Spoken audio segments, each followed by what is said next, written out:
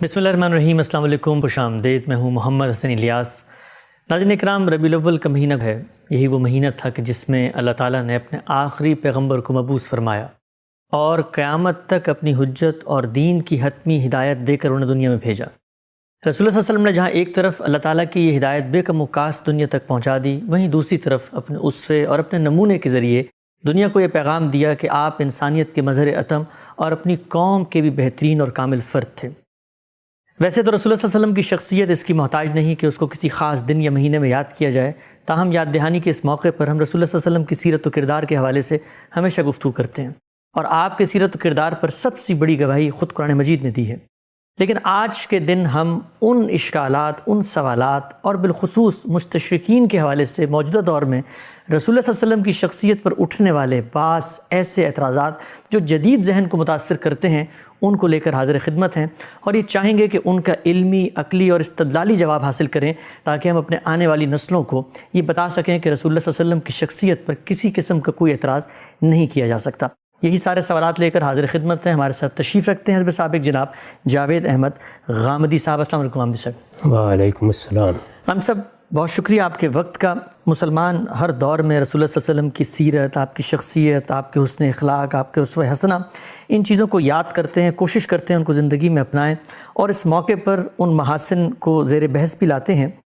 لیکن مجھے یہ محسوس ہوا کہ بہت سارے لوگ دنیا بھر میں اہل علم علماء یہ کام تو خدمت کر ہی رہے ہوتے ہیں، اور ہم بھی عام طور پہ یہ کرتے ہیں، لیکن کیوں نہ اس موقع پہ وہ اعتراضات، وہ اشکالات جو مستشرقین کی روایت، جو ہمارے بر صغیر میں بھی ایک بہت معروف روایت رہی اور دنیا بھر میں اعتراضات کرتے ہیں، ان کو ہم زیر بحث لے کر آئیں آپ کے ساتھ۔ تو سب سے پہلے آپ مجھے بتائیے گا کہ اس طرح کے جو اشکالات آپ صلی اللہ علیہ وسلم کی شخصیت پر، آپ کے کردار پر، آپ کی زندگی پر ہوتے ہیں، آپ کو یہ محسوس ہوتا ہے کہ یہ وقت ہے کہ ان کا علمی، عقلی، استدلالی پہلو سے جواب دیا جائے؟ یہ ضرورت ہر وقت رہتی ہے۔ رسالت مآب صلی اللہ علیہ وسلم کو ہم پیغمبر کی حیثیت سے پیش کرتے ہیں، اور اس کے ساتھ لوگوں کو اس بات کی دعوت دیتے ہیں کہ یہی وہ شخصیت ہے جس کا بہترین نمونہ لوگوں کے سامنے رہنا چاہیے۔ جب کوئی شخص ایمان لاتا ہے، مسلمان ہوتا ہے، تو ایک طرف وہ پیغمبر کی حیثیت سے آپ سے دین سیکھتا ہے، دوسری جانب دین پر عمل کا جو نمونہ آپ نے پیش کیا ہے اس سے ہدایت اور رہنمائی حاصل کرتا ہے۔ تو یہ جب بھی سوال پیدا ہوگا، جب بھی کوئی اشکال سامنے آئے گا، جب بھی لوگ اس کے بارے میں تردد کا اظہار کریں گے، اہل علم کی ذمہ داری ہے کہ وہ انہیں مطمئن کریں، صحیح صورتحال واضح کریں، یہ بتائیں کہ اس معاملے میں کیا زاویہ نظر ہے جس سے چیزوں کو دیکھنا چاہیے۔ ایسا ہوتا ہے بارہا کہ ہم دنیا میں جب چیزوں کا جائزہ لیتے ہیں تو بعض اوقات ہم پر جذبات کا غلبہ ہو جاتا ہے، بعض اوقات ہم ایک پہلو سے ایک چیز کو دیکھ رہے ہوتے ہیں، دوسرے پہلو کو نظر انداز کر دیتے ہیں۔ اس طرح کی چیزیں نہ صرف یہ کہ رسالت مآب صلی اللہ علیہ وسلم کی سیرت کے معاملے میں، بلکہ ہر بڑے واقعے کے بارے میں زیر بحث آ سکتی ہیں۔ تو ان میں صحیح طریقہ یہی ہے کہ ہر موقع پر لوگوں کو اس کی یاد دہانی کرائی جاتی رہے کہ رسول اللہ صلی اللہ علیہ وسلم کی شخصیت کیا تھی، آپ کا مشن کیا تھا، آپ کیا کام کرنے کے لیے آئے تھے، آپ پیغمبروں کے کس زمرے سے تعلق رکھتے تھے، آپ کی ذمہ داریاں کیا تھیں، آپ نے اگر اپنی ذاتی زندگی میں کوئی اقدام کیا تو اس کی کیا نوعیت تھی، اور اپنی پیغمبرانہ حیثیت میں کوئی اقدام کیا تو اس کی کیا نوعیت تھی۔ ٹھیک۔ اچھا غام صاحب، یہ بتائیے گا کہ یہ اعتراضات کا سلسلہ تو رسول اللہ صلی اللہ علیہ وسلم کی زندگی میں شروع ہوا۔ مشرکین مکہ ہیں، کفار ہیں، یہود ہیں اس عہد کے، انہوں نے بہت سارے اشکالات اور اعتراضات آپ کے اوپر وارد کیے، قرآن مجید میں بعض نقل بھی کیے گئے ہیں، لیکن یہ جو خاص روایت ہے اورینٹلزم کی، مستشرقین کی، یہ روایت کیسے پیدا ہوئی، اور یہ کس پہلو سے رسول اللہ صلی اللہ علیہ وسلم کی سیرت، شخصیت یا کردار پر معترض ہوتے ہیں؟ دیکھیے، بات یہ ہے کہ رسالت مآب صلی اللہ علیہ وسلم کی دعوت کسی ایک قوم کے لیے نہیں ہے، کسی ایک گروہ کے لیے نہیں ہے، کسی ایک دور کے لیے نہیں، یہ تو قیامت تک کے لیے ہے، ہر قوم کے لیے، ہر فرد کے لیے، پوری انسانیت کو پیغمبر کی حیثیت سے آپ کی دعوت کو قبول کرنا ہے۔ ٹھیک۔ تو اس لیے جب لوگ مغرب مشرق میں اس کے بارے میں سنیں گے، پڑھیں گے، تو اس کا مطالعہ کریں گے۔ ایسے تو کوئی ایمان نہیں لائے گا۔ بے شمار لوگ ہیں جو مسیحیت پر ایمان رکھتے ہیں، یہودیت پر ایمان رکھتے ہیں، ہندو مت کے ماننے والے ہیں، یا اس زمانے میں ایک بڑی تعداد ان لوگوں کی پیدا ہو گئی ہے جو مذہبی کے معاملے میں بہت سے اعتراضات، اشکالات پیش کرتے رہتے ہیں۔ تو جب کسی ہستی کو ہم پیغمبر کی حیثیت سے ان کے سامنے پیش کریں گے، اور پیغمبر کی حیثیت سے پیش کیے بغیر دین کی دعوت پہنچائی نہیں جا سکتی، تو وہ سوالات کریں گے۔ مستشرقین بھی در حقیقت علماء ہیں، یعنی وہ علماء ہیں جو مغرب میں پیدا ہوئے، انہوں نے اپنا موضوع مشرقی علوم کو بنایا، انہوں نے عربی زبان سیکھی، انہوں نے فارسی زبان سیکھی، انہوں نے اردو زبان سیکھی، اور اس طرح جو کچھ ہمارے ہاں کام ہوا ہے اس کے تراجم کیے، اس میں سیرت کی کتابیں بھی انہوں نے پڑھی، ہمارے ہاں جو روایات کا ذخیرہ ہے اس پر بھی ایک نظر ڈالی، اس میں بعض چیزیں ان کو ایسی نظر آئیں جنہیں وہ مورد اعتراض بنا سکتے تھے، چنانچہ انہوں نے بنایا۔ اور یہ سلسلہ اس وقت کوئی نیا نہیں ہے، یہ پچھلے 300-400 سال سے ہم دیکھ رہے ہیں۔ اچھا، ایک زمانہ وہ تھا کہ جس میں معلومات ہی بہت کم تھی، وہ لوگ تھے جو مسیحی پس منظر سے اٹھتے تھے، اور جس طرح ایک روایت ہوتی ہے مذہبی گروہ میں کہ وہ اعتراضات کرنے کے لیے کیڑے چننا شروع کر دیتے ہیں، یعنی ان کا معاملہ یہ ہوتا ہے کہ وہ بالکل غلاظت کی مکھی بن جاتے ہیں اور اسی طرح دیکھتے رہتے ہیں کہ کہاں کہاں سے کوئی چیز تلاش کی جا سکتی ہے۔ لیکن بتدریج خود استشراق کی اس دعوت میں بھی یا اس روایت میں بھی تبدیلیاں آنی شروع ہوئیں۔ اچھا، یعنی لوگوں کو محسوس ہوا کہ اب علم عام ہو رہا ہے، لوگوں کی رسائی کتابوں تک ہو رہی ہے، تو وہ بھی علمی طریقے سے چیزوں کا جائزہ لینے لگے۔ علمی طریقوں سے جائزہ لینے کے بعد بھی ان سے آپ یہ توقع نہیں کر سکتے کہ وہ عقیدت کے جذبے سے ان چیزوں کو دیکھیں گے۔ انہیں تو بہرحال اسی نقطہ نظر سے دیکھنا ہے کہ پیغمبر کی حیثیت سے کیا یہ شخصیت قابل قبول ہے۔ پھر ان کے سامنے سیدنا مسیح علیہ السلام کی شخصیت ہے۔ سیدنا مسیح علیہ السلام کو وہ پیغمبر سے بھی آگے خدا کا بیٹا مانتے ہیں۔ ان کی شخصیت سے ایک تاثر بنا ہوا ہے، اس تاثر کا بھی ظاہر ہے کہ انسان اپنے پس منظر میں لے کر آگے مطالعے کے لیے آگے بڑھتا ہے۔ تو اس لیے یہ ساری چیزیں ہیں جن کا لحاظ رکھ کے لوگ مطالعہ کریں گے۔ ہم بھی جب مغربی تہذیب کا مطالعہ کرتے ہیں یا مغربی علوم کا مطالعہ کرتے ہیں یا مغرب میں جس طریقے سے رینیسانس کا فکر پیدا ہوا اس کا مطالعہ کرتے ہیں، تو یہی کام ہم بھی کر رہے ہوتے ہیں۔ ہم بھی یہ دیکھ رہے ہوتے ہیں کہ دیکھیے اس ذہن میں خدا کی کیا حیثیت رہ گئی ہے، اس میں انسان کا کیا مقام بن گیا ہے، یہ کائنات کو کس طریقے سے دیکھ رہے ہیں۔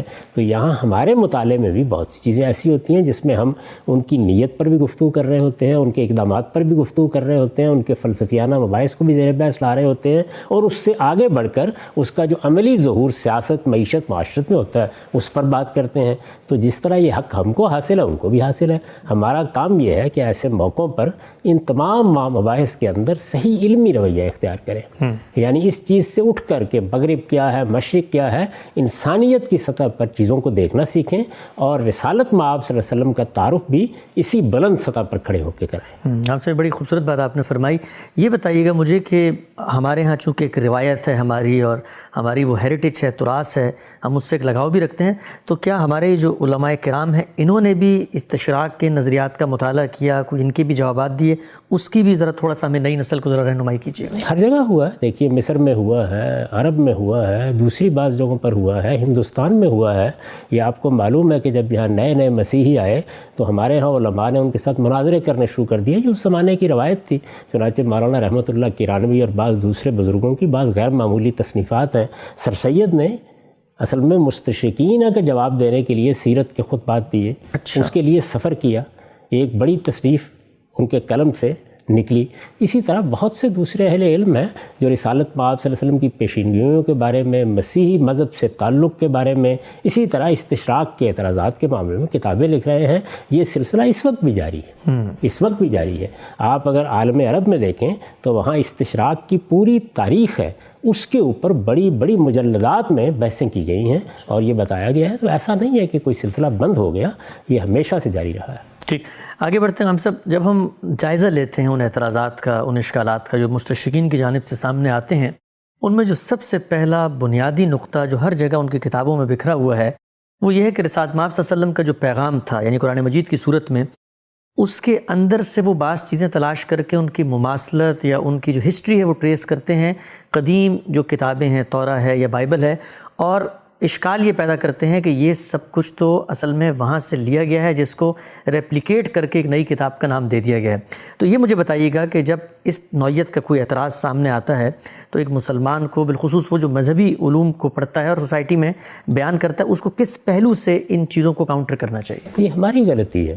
ہم اصل میں خود اسلام کو محمد الرسول اللہ صلی اللہ علیہ وسلم کے لائے ہوئے مذہب کی حیثیت سے پیش کرتے ہیں، جبکہ قرآن مجید کا یہ دعویٰ نہیں ہے۔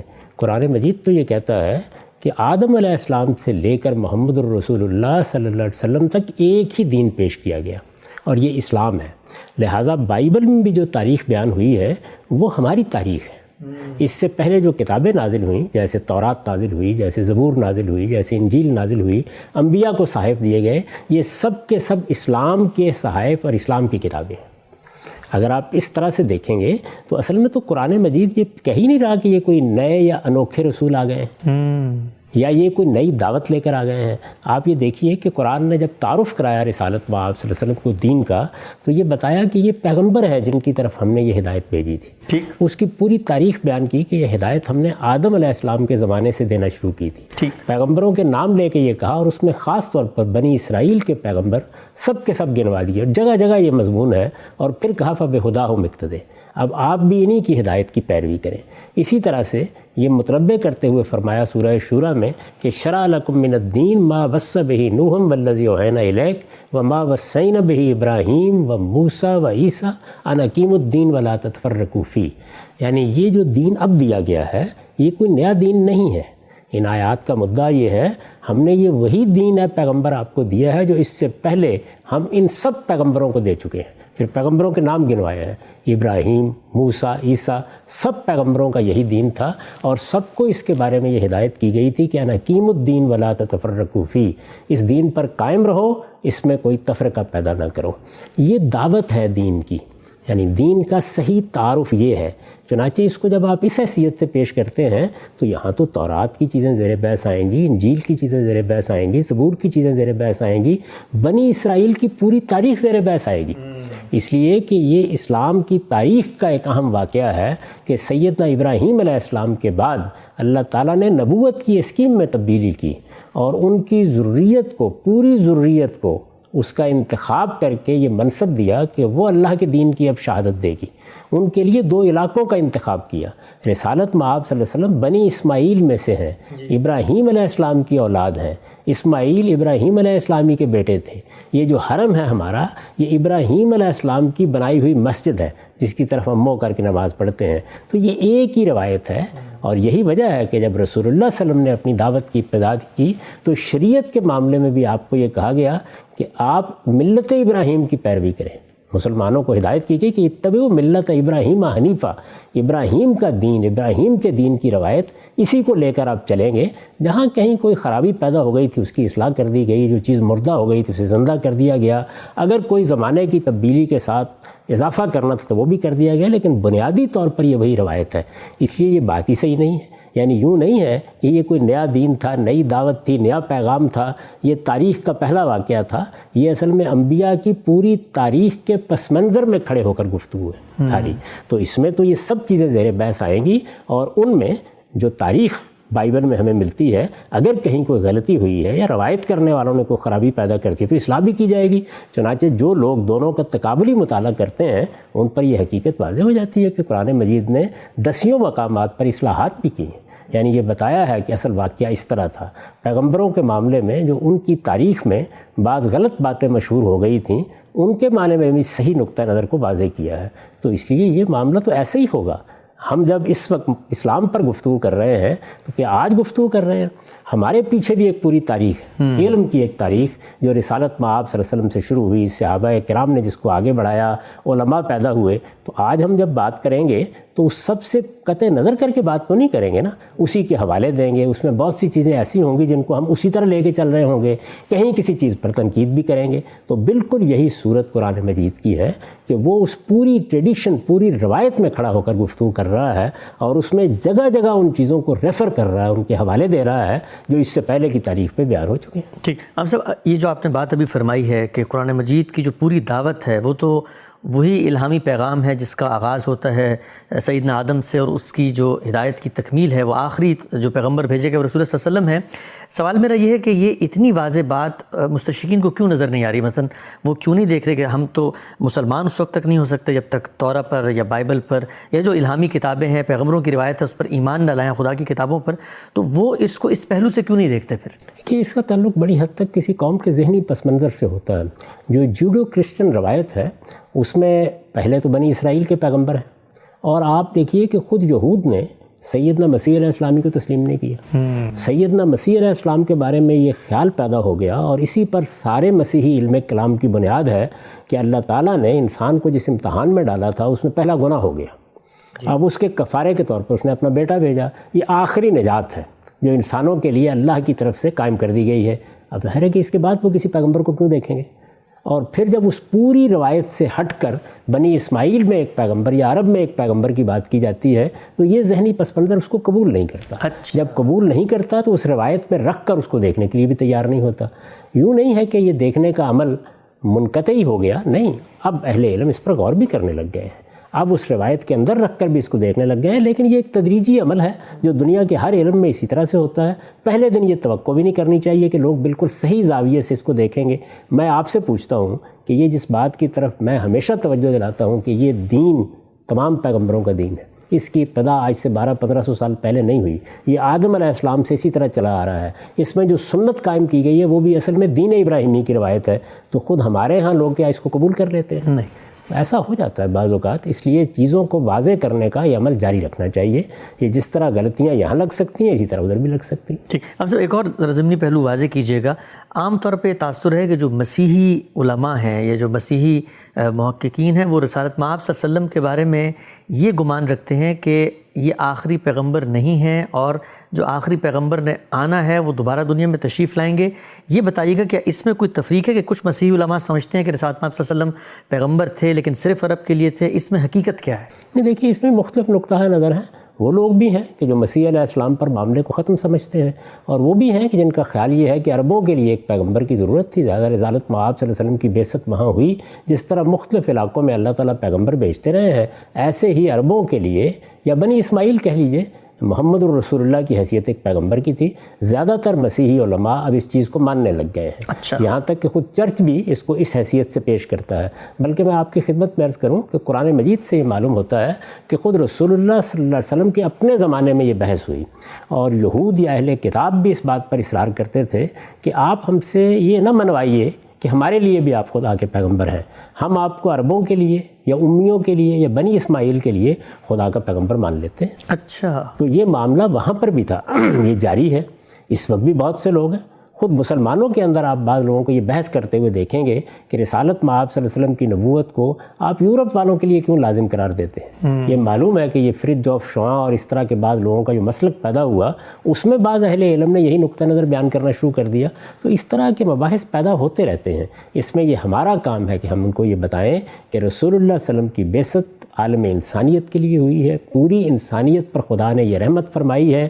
یہ در حقیقت اللہ تعالیٰ کا کرم اور اس کی نوازش ہے کہ اس نے آپ پر نبوت کا خاتمہ کیا ہے. آپ کو ایک کتاب دی ہے، وہ کتاب خدا کی حتمی حجت ہے، اور اب قیامت تک سب انسانوں کو خدا کی ہدایت آپ ہی کی وساطت سے ملے گی. ٹھیک، ہم سب آگے بڑھتے ہیں. ہم جب استشراق کی روایت کا مطالعہ کرتے ہیں یا بالعموم آج جو پوسٹ ماڈرن روایت ہے اس کے اندر بھی سوالات اٹھتے ہیں مذہب کے بارے میں، یا وہ شخصیات جو مذہب کے علمبردار ہیں ان میں سب سے بڑا اعتراض جو کیا جاتا ہے وہ رسول اللہ صلی اللہ علیہ وسلم کی ازدواجی زندگیاں، آپ کی شادیاں جو کہا جاتا ہے کہ غالباً 9 کے قریب تھیں. اور یہ سوال ہم یہ دیکھتے ہیں کہ ہم تو یہ جانتے ہیں، مانتے ہیں کہ رسالت مآب صلی اللہ علیہ وسلم کا کوئی بھی اقدام دین کے خلاف نہیں ہو سکتا، آپ نے جو کچھ کیا وہ ٹھیک کیا، لیکن لوگوں کو جواب دینا پڑتا ہے اور یہ بتانا پڑتا ہے کہ جب شادیاں اتنی بڑی تعداد میں بالعموم انسان کرتے ہیں تو اس کے پیچھے کوئی بشری تقاضا، کوئی جبلی تقاضا، کوئی انسان کی خواہش ہوتی ہے.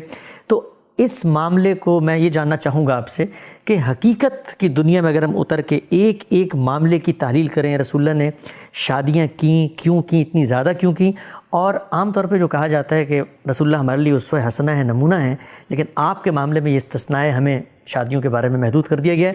تو اس پوری بحث کو میں چاہتا ہوں ذرا ابتدا سے آپ تفصیل سے بیان کریں. اللہ کی کتاب اس ساری بحث کو جس طریقے سے پیش کرتی ہے، تھوڑے سے اس کے مقدمات سمجھ لینے چاہیے. جی، شادی انسان کو کیسے کرنی چاہیے؟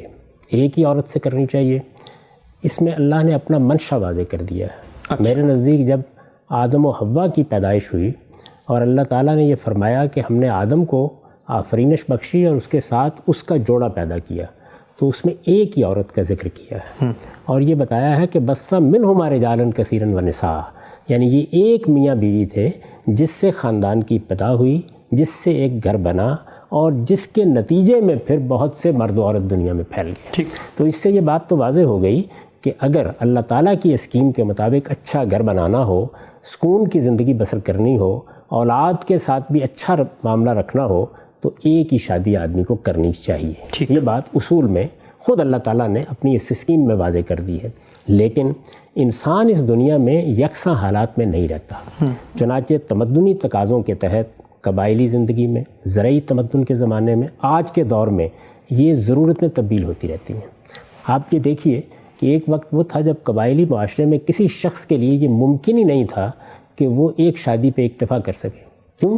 اس لیے کہ یہ ریاست، اس طرح کا منظم نظام، یہ عدالتیں، یہ پولیس، آپ کی عزت آبرو کے لیے یہ اہتمام یہ موجود نہیں تھا.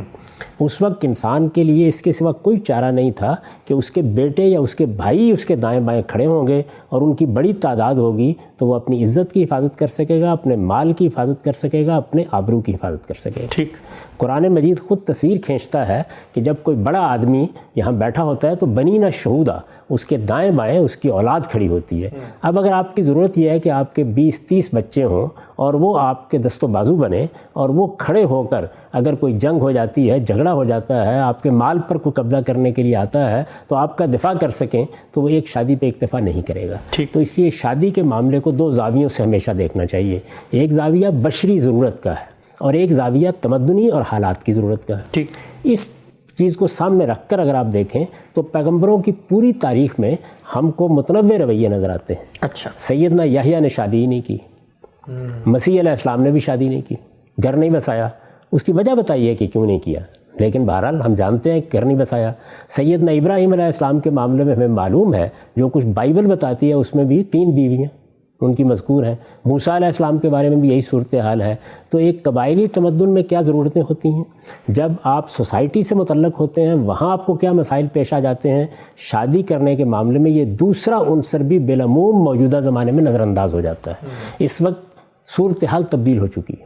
دنیا بھر میں بچوں کی پیدائش، ان کی پرورش، ان کی پرداخت کے معاملات تبدیل ہو چکے ہیں. تو ہم اپنے زمانے میں کھڑے ہو کر ان چیزوں کو دیکھتے ہیں.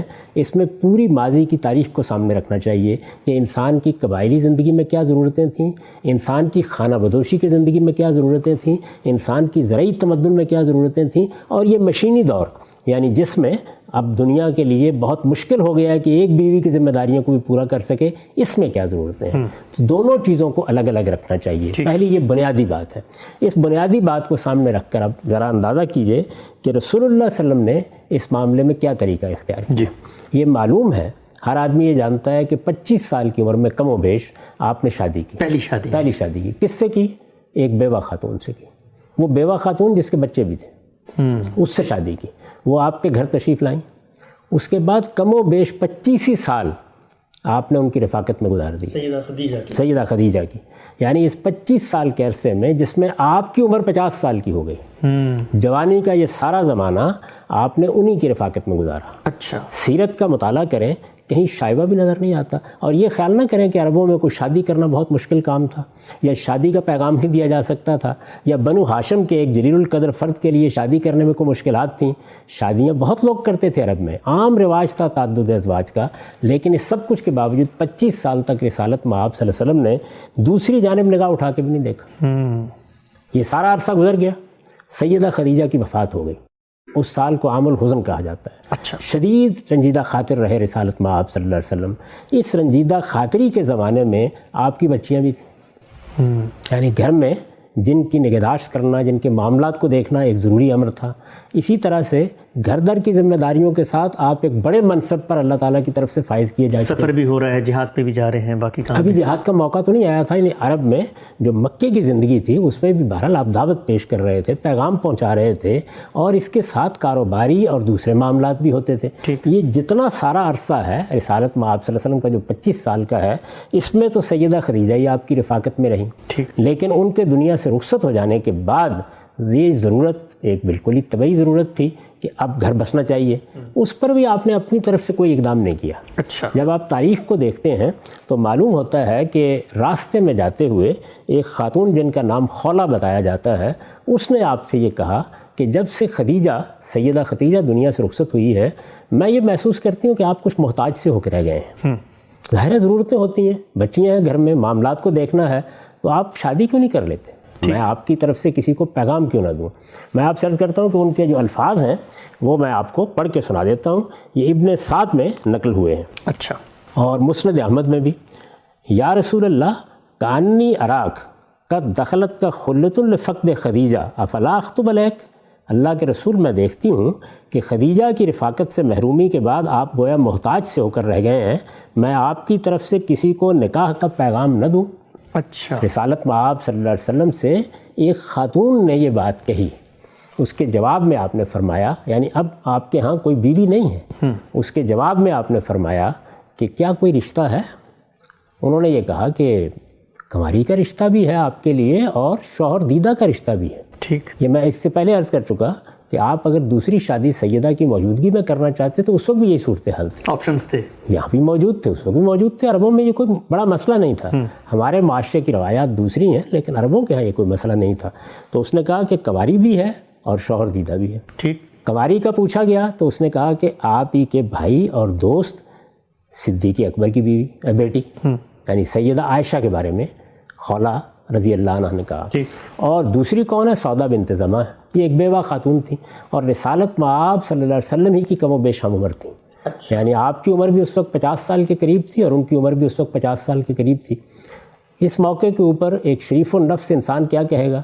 یہی کہ بھائی دونوں جگہ تم بات کر کے دیکھ لو، دیکھتے ہیں کہاں سے کیا جواب ملتا ہے۔ وہ گئیں، انہوں نے جا کے سیدنا صدیق کے ہاں بات کی تو وہاں انہیں کچھ تھوڑی مایوسی ہوئی، اچھا، اس لیے کہ سیدنا صدیق کی اہلیہ نے انہیں یہ بتایا کہ عائشہ کا تو رشتہ پہلے سے طے ہو چکا ہوا ہے، اچھا، اور ہم رخصتی کے منتظر ہیں۔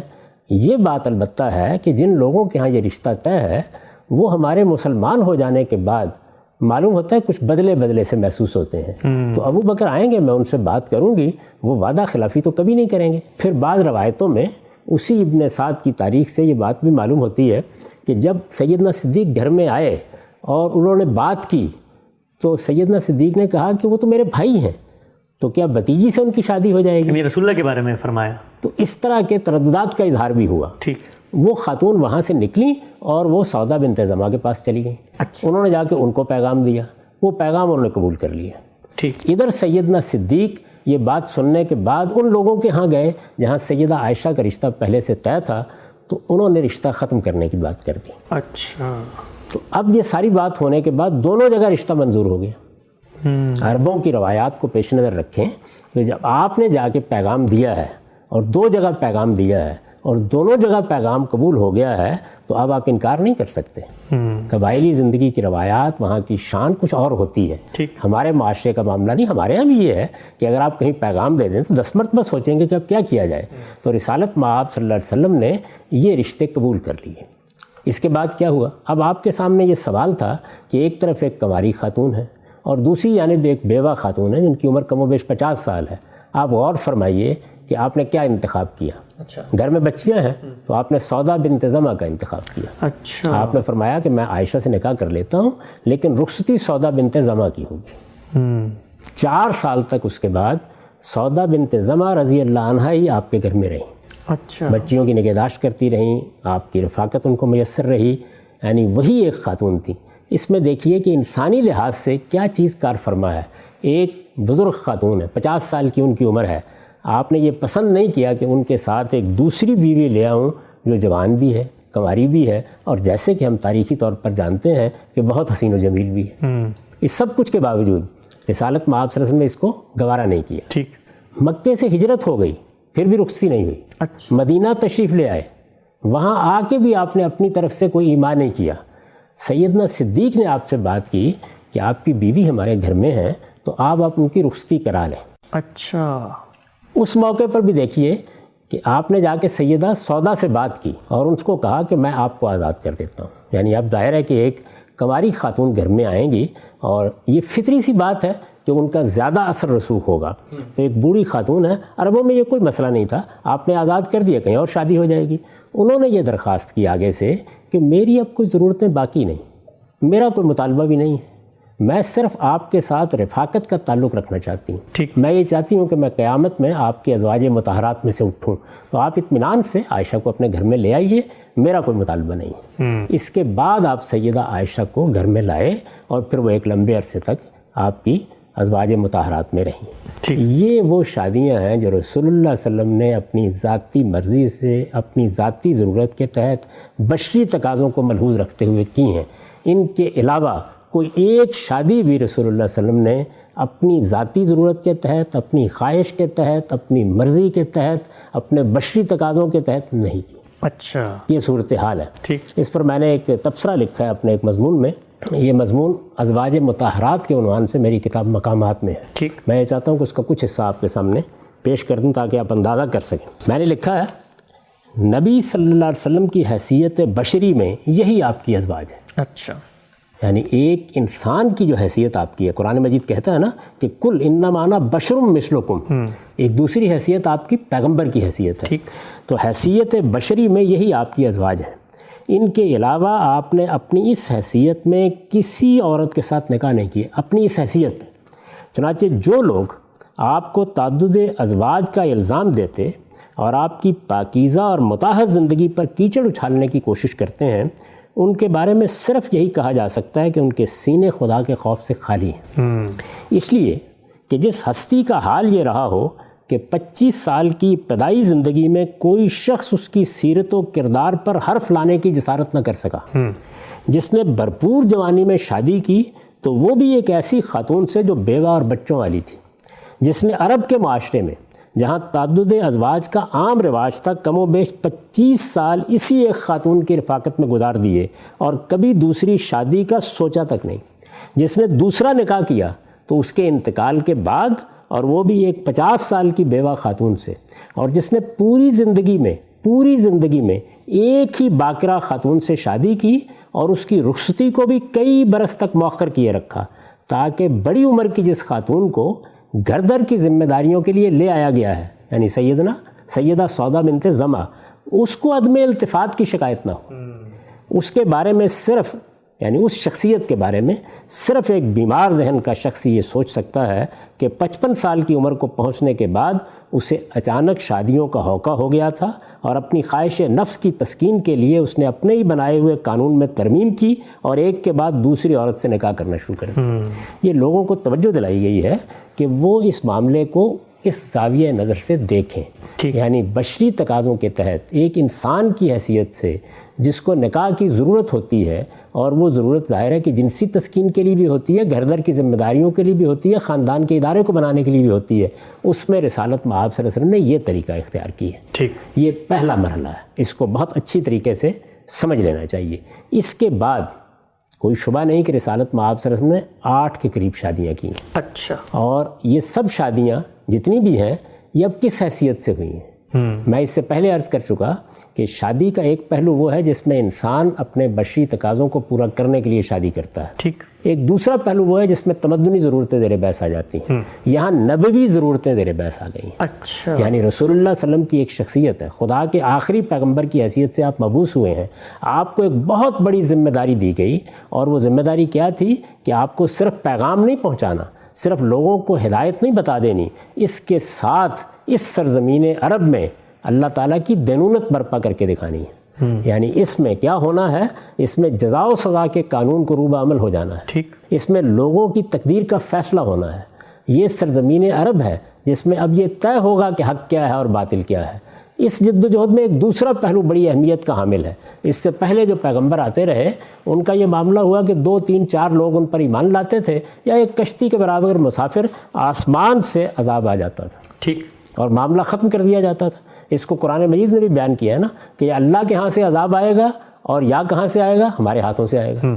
تو یہ جو دوسری صورت تھی ہاتھوں سے عذاب آنا، رسول اللہ صلی اللہ علیہ وسلم کے بارے میں یہ ہوئی۔ صحابہ کرام کو ایک دارالہجرت مل گیا، ان کی تعداد بھی کافی تھی، وہاں ان کی ایک ریاست قائم ہو گئی، تو اب اللہ تعالیٰ نے فرشتوں کے ذریعے سے عذاب کا قانون روبہ عمل نہیں کیا، بلکہ ان کو یہ کہا کہ یعذبہم اللہ بایدیکم، ہمارے ہاتھوں ہی سے عذاب آئے گا، ہاتھوں سے عذاب آئے گا۔ تو یہ جنگیں بھی ہوں گی، اس میں نشیب فراز بھی آئیں گے، اس میں لوگوں کو تکلیف بھی پہنچے گی، ہجرت کی جائے گی تو گھر بھی چھوڑنے پڑیں گے۔ تو یہ جو سارے دعوت کے، ہجرت کے، انذار کے مراحل ہیں، پھر اس کے بعد برات کے، پھر اس کے بعد اقدام، پھر جنگیں، پھر اس کے نتائج، یہ ساری جد و جہد بھی آپ کو کرنا تھی۔ ٹھیک، اس جد و جہد کو سامنے رکھ کر اب آپ یہ دیکھیے کہ کیا ضرورتیں پیش آ گئیں۔ جی، یعنی وہ اصول سامنے رکھیں کہ بشری تقاضے شخصی ہوتے ہیں، یعنی مجھے شادی کرنی ہے، مجھے گھر بسانا ہے، میری یہ اور یہ ضرورتیں ہیں. اس میں نے آپ سے عرض کر دیا کہ کسی دوسری عورت کی طرف آپ نے آنکھ اٹھا کے بھی نہیں دیکھا. 25 سال تک ایک ہی خاتون کے ساتھ رفاقت رہی، اور جب دوسرا فیصلہ کیا تو وہ بھی ایک بیوہ خاتون کے حق میں کیا، وہ بھی کسی اور کے انیشیٹو پہ، اور وہ بھی کسی دوسرے کے توجہ دلانے کے اوپر کیا. اور جب وہ گھر میں آئیں، یعنی سیدہ عائشہ گھر میں آئیں، تو پہلی بیوی کے پاس یعنی سیدہ سودا کے پاس جا کے ان کو پیشکش کی کہ میں آپ کو آزاد کر دیتا ہوں، تاکہ کسی کے لیے سود کا مسئلہ نہ پیدا ہو. تو رسالت مآب صلی اللہ علیہ وسلم نے بشری تقاضوں کو پورا کرتے ہوئے اس ایک ایک چیز کا لحاظ رکھا جس کے لیے آج لوگ تقریریں کرتے ہیں. اب نبوی ضرورتیں، یعنی میں نے عرض کیا تمدنی ضرورتیں، جیسے اس سے پہلے ہم نے دیکھا قبائلی معاشرے کی اپنی ضرورتیں تھیں، اسی طرح سے زرعی معاشرے کی اپنی ضرورتیں تھیں. تو یہاں یہ کیا ضرورتیں پیش آ گئیں؟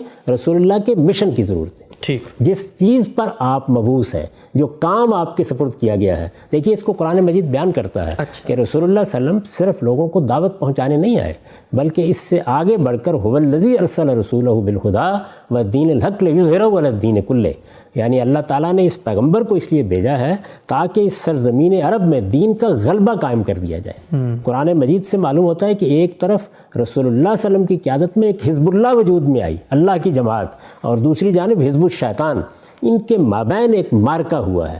اس مارکے سے کچھ مسائل پیدا ہوئے، وہ مسائل ہیں جن کو سامنے رکھ کر حضور نے پھر شادیاں کی. اچھا، یعنی پہلے تو یہ بنیادی بات سمجھ لیجئے. اب یہ کہ یہ سب معاملات کیا ہوئے، اس میں سب سے پہلے یہ دیکھیے کہ 2 جنگیں پیش آ گئیں، بدر کی جنگ، احد کی جنگ. جی، یہ دونوں جنگیں رسول اللہ صلی اللہ علیہ وسلم کی طرف سے انیشیٹ نہیں کی گئیں. یعنی دونوں جنگوں میں آپ یہ جانتے ہیں کہ قریش حملہ آور ہوئے.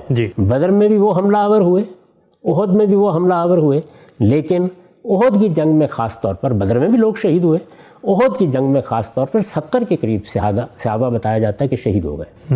اس سے وہ مسئلہ پیدا ہوا کہ عورتیں بیوہ ہو گئیں، بچے یتیم ہو گئے. ایک چھوٹی سی بستی، ہجرت کر کے لوگ آئے ہیں، ایک جنگ درپیش ہو گئی، اس جنگ سے ایک مسئلہ پیدا ہوا.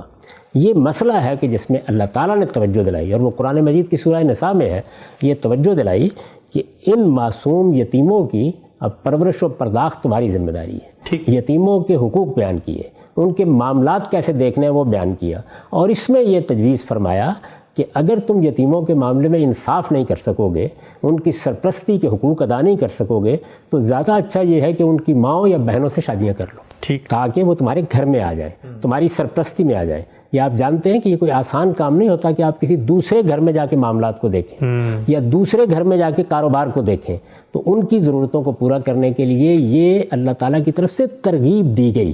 یعنی لوگوں سے کہا گیا وہ آگے بڑھیں. جیسے سیلاب آ جائے، جیسے کوئی طوفان آ جائے، تو آپ کہتے ہیں نا کہ لوگ آگے بڑھیں اور اپنی خدمات پیش کریں. یہ آپ کو معلوم ہے کہ یہی صورتحال جب دوسری جنگ عظیم ہوئی یا پہلی جنگ عظیم ہوئی تو یورپ میں پیش آ گئی. بہت بڑے پیمانے پر عورتیں بیوہ ہو گئیں، اسی طرح سے بچے یتیم ہو گئے. تو اس میں اللہ تعالیٰ نے یہ فرمایا کہ لوگ آگے بڑھیں.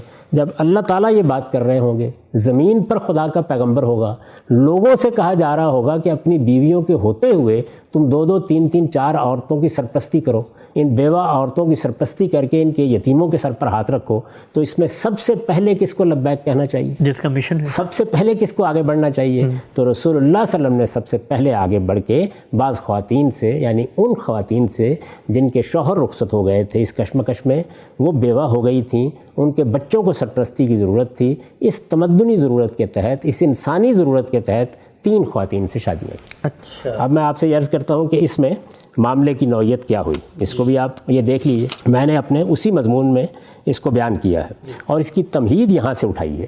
اس کو بھی سن لیجئے. اس میں شبہ نہیں کہ اپنی زندگی کے آخری 8 برسوں میں آپ نے مزید 8 خواتین سے نکاح کیا. یعنی پہلے کا معاملہ بالکل وہی ہے، آخری 8 برسوں میں مزید 8 خواتین سے نکاح کیا، اور اس کے لیے ایک خصوصی قانون بھی نازل کیا گیا. اچھا، قرآن مجید میں ہے وہ، اس کا میں آگے چل کے ذکر کروں گا. لیکن یہ نکاح، یعنی اب جن نکاحوں پر ہم بات کر رہے ہیں، یہ نکاح نہ بشری حیثیت میں کیے گئے، نہ اپنی خواہش نفس سے، اور نہ خواہش نفس کی تسکین کے لیے. ٹھیک، ان میں سرے سے یہ چیز ہی زیر بحث نہیں. ذمہ داری ہے. میں بتا چکا کہ رسول اللہ کی ذاتی زندگی کو دیکھیں وہ کیا ہے، آپ کے ذاتی فیصلوں کو دیکھیں کیا ہے. سیدہ خدیجہ کے ساتھ آپ کی رفاقت کو پڑھیں، اس کے بعد آپ نے جو فیصلے کیے ان کو دیکھیں.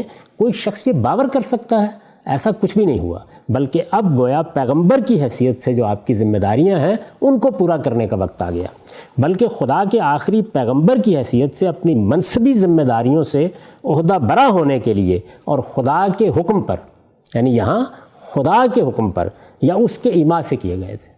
اللہ تعالیٰ چاہتے تھے کہ یہ نکاح کیے جائیں۔ ٹھیک، جن خواتین کے ساتھ یہ مسئلہ پیش آ گیا ہے، اب دیکھیے آسمان کا پروردگار بھی رب العالمین ہے، رسول اللہ بھی رحمت للعالمین ہے، یعنی اللہ تعالیٰ کو فکر ہے اس بات کی کہ میرے پیغمبر کی دعوت کے نتیجے میں یہ عورتیں بیوہ ہو گئی ہیں، یہ بچے یتیم ہو گئے ہیں، ان کا کیا ہوگا؟ کوئی سلیم الطبع آدمی جس نے تعصبات کو الگ رکھ کر کبھی اس معاملے کو سمجھنے کی کوشش کی ہے، اس حقیقت کا انکار نہیں کر سکتا۔ اس کے بعد اب میں نے بدر و احد کا حوالہ آپ کو دیا اور یہ بتایا کہ اس میں اللہ تعالیٰ کی طرف سے باقاعدہ ترغیب دی گئی، یہ قرآن مجید میں ہے، فَإِنْ خِفْتُمْ أَلَّا تُقْسِطُوا فِي الْيَتَامَىٰ فَانكِحُوا مَا طَابَ لَكُم مِّنَ النِّسَاءِ مَثْنَىٰ وَثُلَاثَ وَرُبَاعَ۔ سب مسلمانوں کو ترغیب دی گئی۔ سب سے پہلے رسالت مآب صلی اللہ علیہ وسلم نے اپنے آپ کو پیش کیا، چنانچہ 3 بیوہ خواتین سے آپ نے شادی کر لی۔ یہ 3 خواتین کون ہیں؟ حفصہ بنت عمر ہیں، سیدنا عمر کی بیٹی، زینب بنت خزیمہ ہے اور سلمہ بنت ابی امیہ ہے۔ ٹھیک، یہ تینوں کی تینوں۔ تو اب ضرورت کیا پیش آ گئی؟ یعنی جنگوں کے نتیجے میں بیوہ ہونے والی عورتوں کو اور ان کے بچوں کو سرپرستی فراہم کرنا، یہ دوسرا مرحلہ ہے۔ ٹھیک، یعنی 8 شادیوں میں سے 3 یہ 3 ہے، 5 باقی تو میں نے آپ سرچ کر دیا نا۔ یعنی ہم سیدہ خدیجہ کا معاملہ دیکھ چکے، سیدہ اور سودا بنت زمعہ کا، سیدہ عائشہ کا معاملہ دیکھ چکے۔ اس کے بعد ایک اور مسئلہ پیش آ گیا، اور وہ مسئلہ کیا تھا؟ وہ مسئلہ یہ تھا کہ سوسائٹی میں سب سے بڑی اگر کوئی مصیبت تھی تو وہ غلامی کی مصیبت تھی۔ یعنی جس طرح آج کے زمانے کی بعض مصیبتیں ہیں، اسی طرح کی ایک بڑی مصیبت یہ تھی۔ یہ آپ کو معلوم ہے کہ امریکہ میں بھی جو سب سے بڑا مارکا ہوا اور جس میں خانہ جنگی کی نوبت آ گئی، وہ غلامی کے خاتمے کا معاملہ تھا۔ اسلام نے غلامی کو ختم کرنا چاہا، ٹھیک، اس کے لیے بہت سے اقدامات کیے۔ ایک تو بنیادی بات جو قرآن مجید نے بیان کر دی اور خاتمے کا گویا اعلان کر دیا، وہ یہ تھا کہ آئندہ جب جنگوں میں لوگ پکڑے جائیں گے تو وہ قیدی ہوں گے، ان میں سے کسی کو غلام نہیں بنایا جائے گا، اور جب ان کی رہائی کا معاملہ ہوگا تو 2 ہی صورتیں ہوں گی، فَإِمَّا مَنًّا بَعْدُ وَإِمَّا فِدَاء، یعنی یا ان کو احسان کے طور پر رہا کر دیا جائے گا، اور یا دوسری صورت یہ ہوگی کہ آپ فدیہ لے لیں گے، یعنی تبادلہ کر لیا، کچھ رقم لے لی۔ اس طرح قیدیوں کے معاملے میں جب قرآن نے یہ کہہ دیا تو گویا غلامی کا یا ان کو قتل کرنے کا یہ معاملہ ہمیشہ کے لیے ختم ہو گیا۔ ٹھیک، غلامی کے خاتمے کے لیے یہ پہلا مرحلہ تھا، یعنی جس میں ایک بنیادی اقدام کیا گیا۔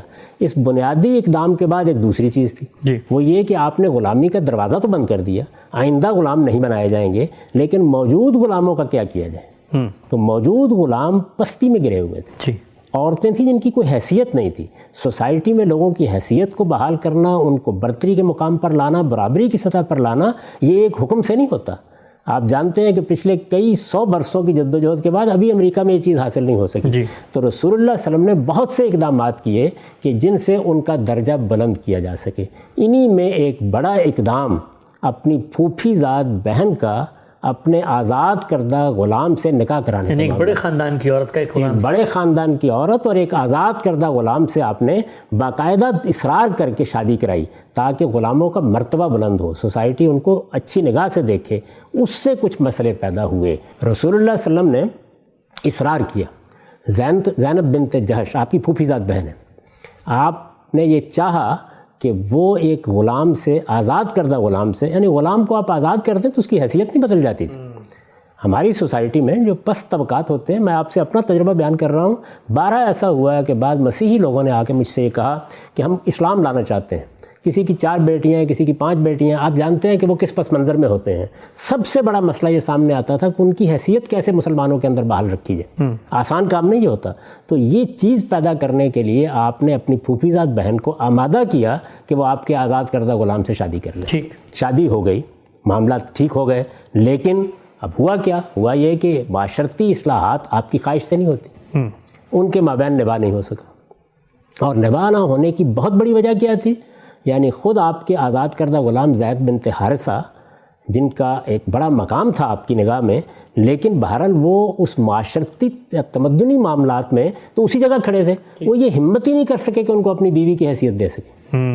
یعنی ان کا معاملہ یہ ہے کہ ان کے بارے میں یہ معلوم ہوتا ہے، اور قرآن مجید نے بھی اس کی کم و بیش تصریح کر دی ہے، 1 سال شادی رہی، 1 سال کے دوران میں بیوی سے کوئی تعلق ہی نہیں پیدا کر سکتا۔ اچھا، اچھا، بلکہ ان کے بارے میں بعض روایتوں سے یہ معلوم ہوتا ہے کہ جب رسول اللہ صلی اللہ علیہ وسلم نے انہیں بعد میں ایک پیغام دینے کے لیے بھیجا تو وہ ان کو دیکھ کر، یعنی ان کی عظمت اور شان کے سامنے، جو عرب خواتین کا ایک خاص مقام ہوتا تھا، بات کرنے کی جسارت نہیں کر پا رہے. اچھا، اس طرح کی صورتحال پیدا ہو گئی.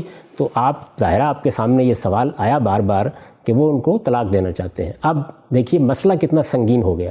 ایک خاتون کو آمادہ کیا گیا کہ وہ اس غلامی کے ادارے کے معاملے میں آپ کی اصلاحات کا حصہ بنے.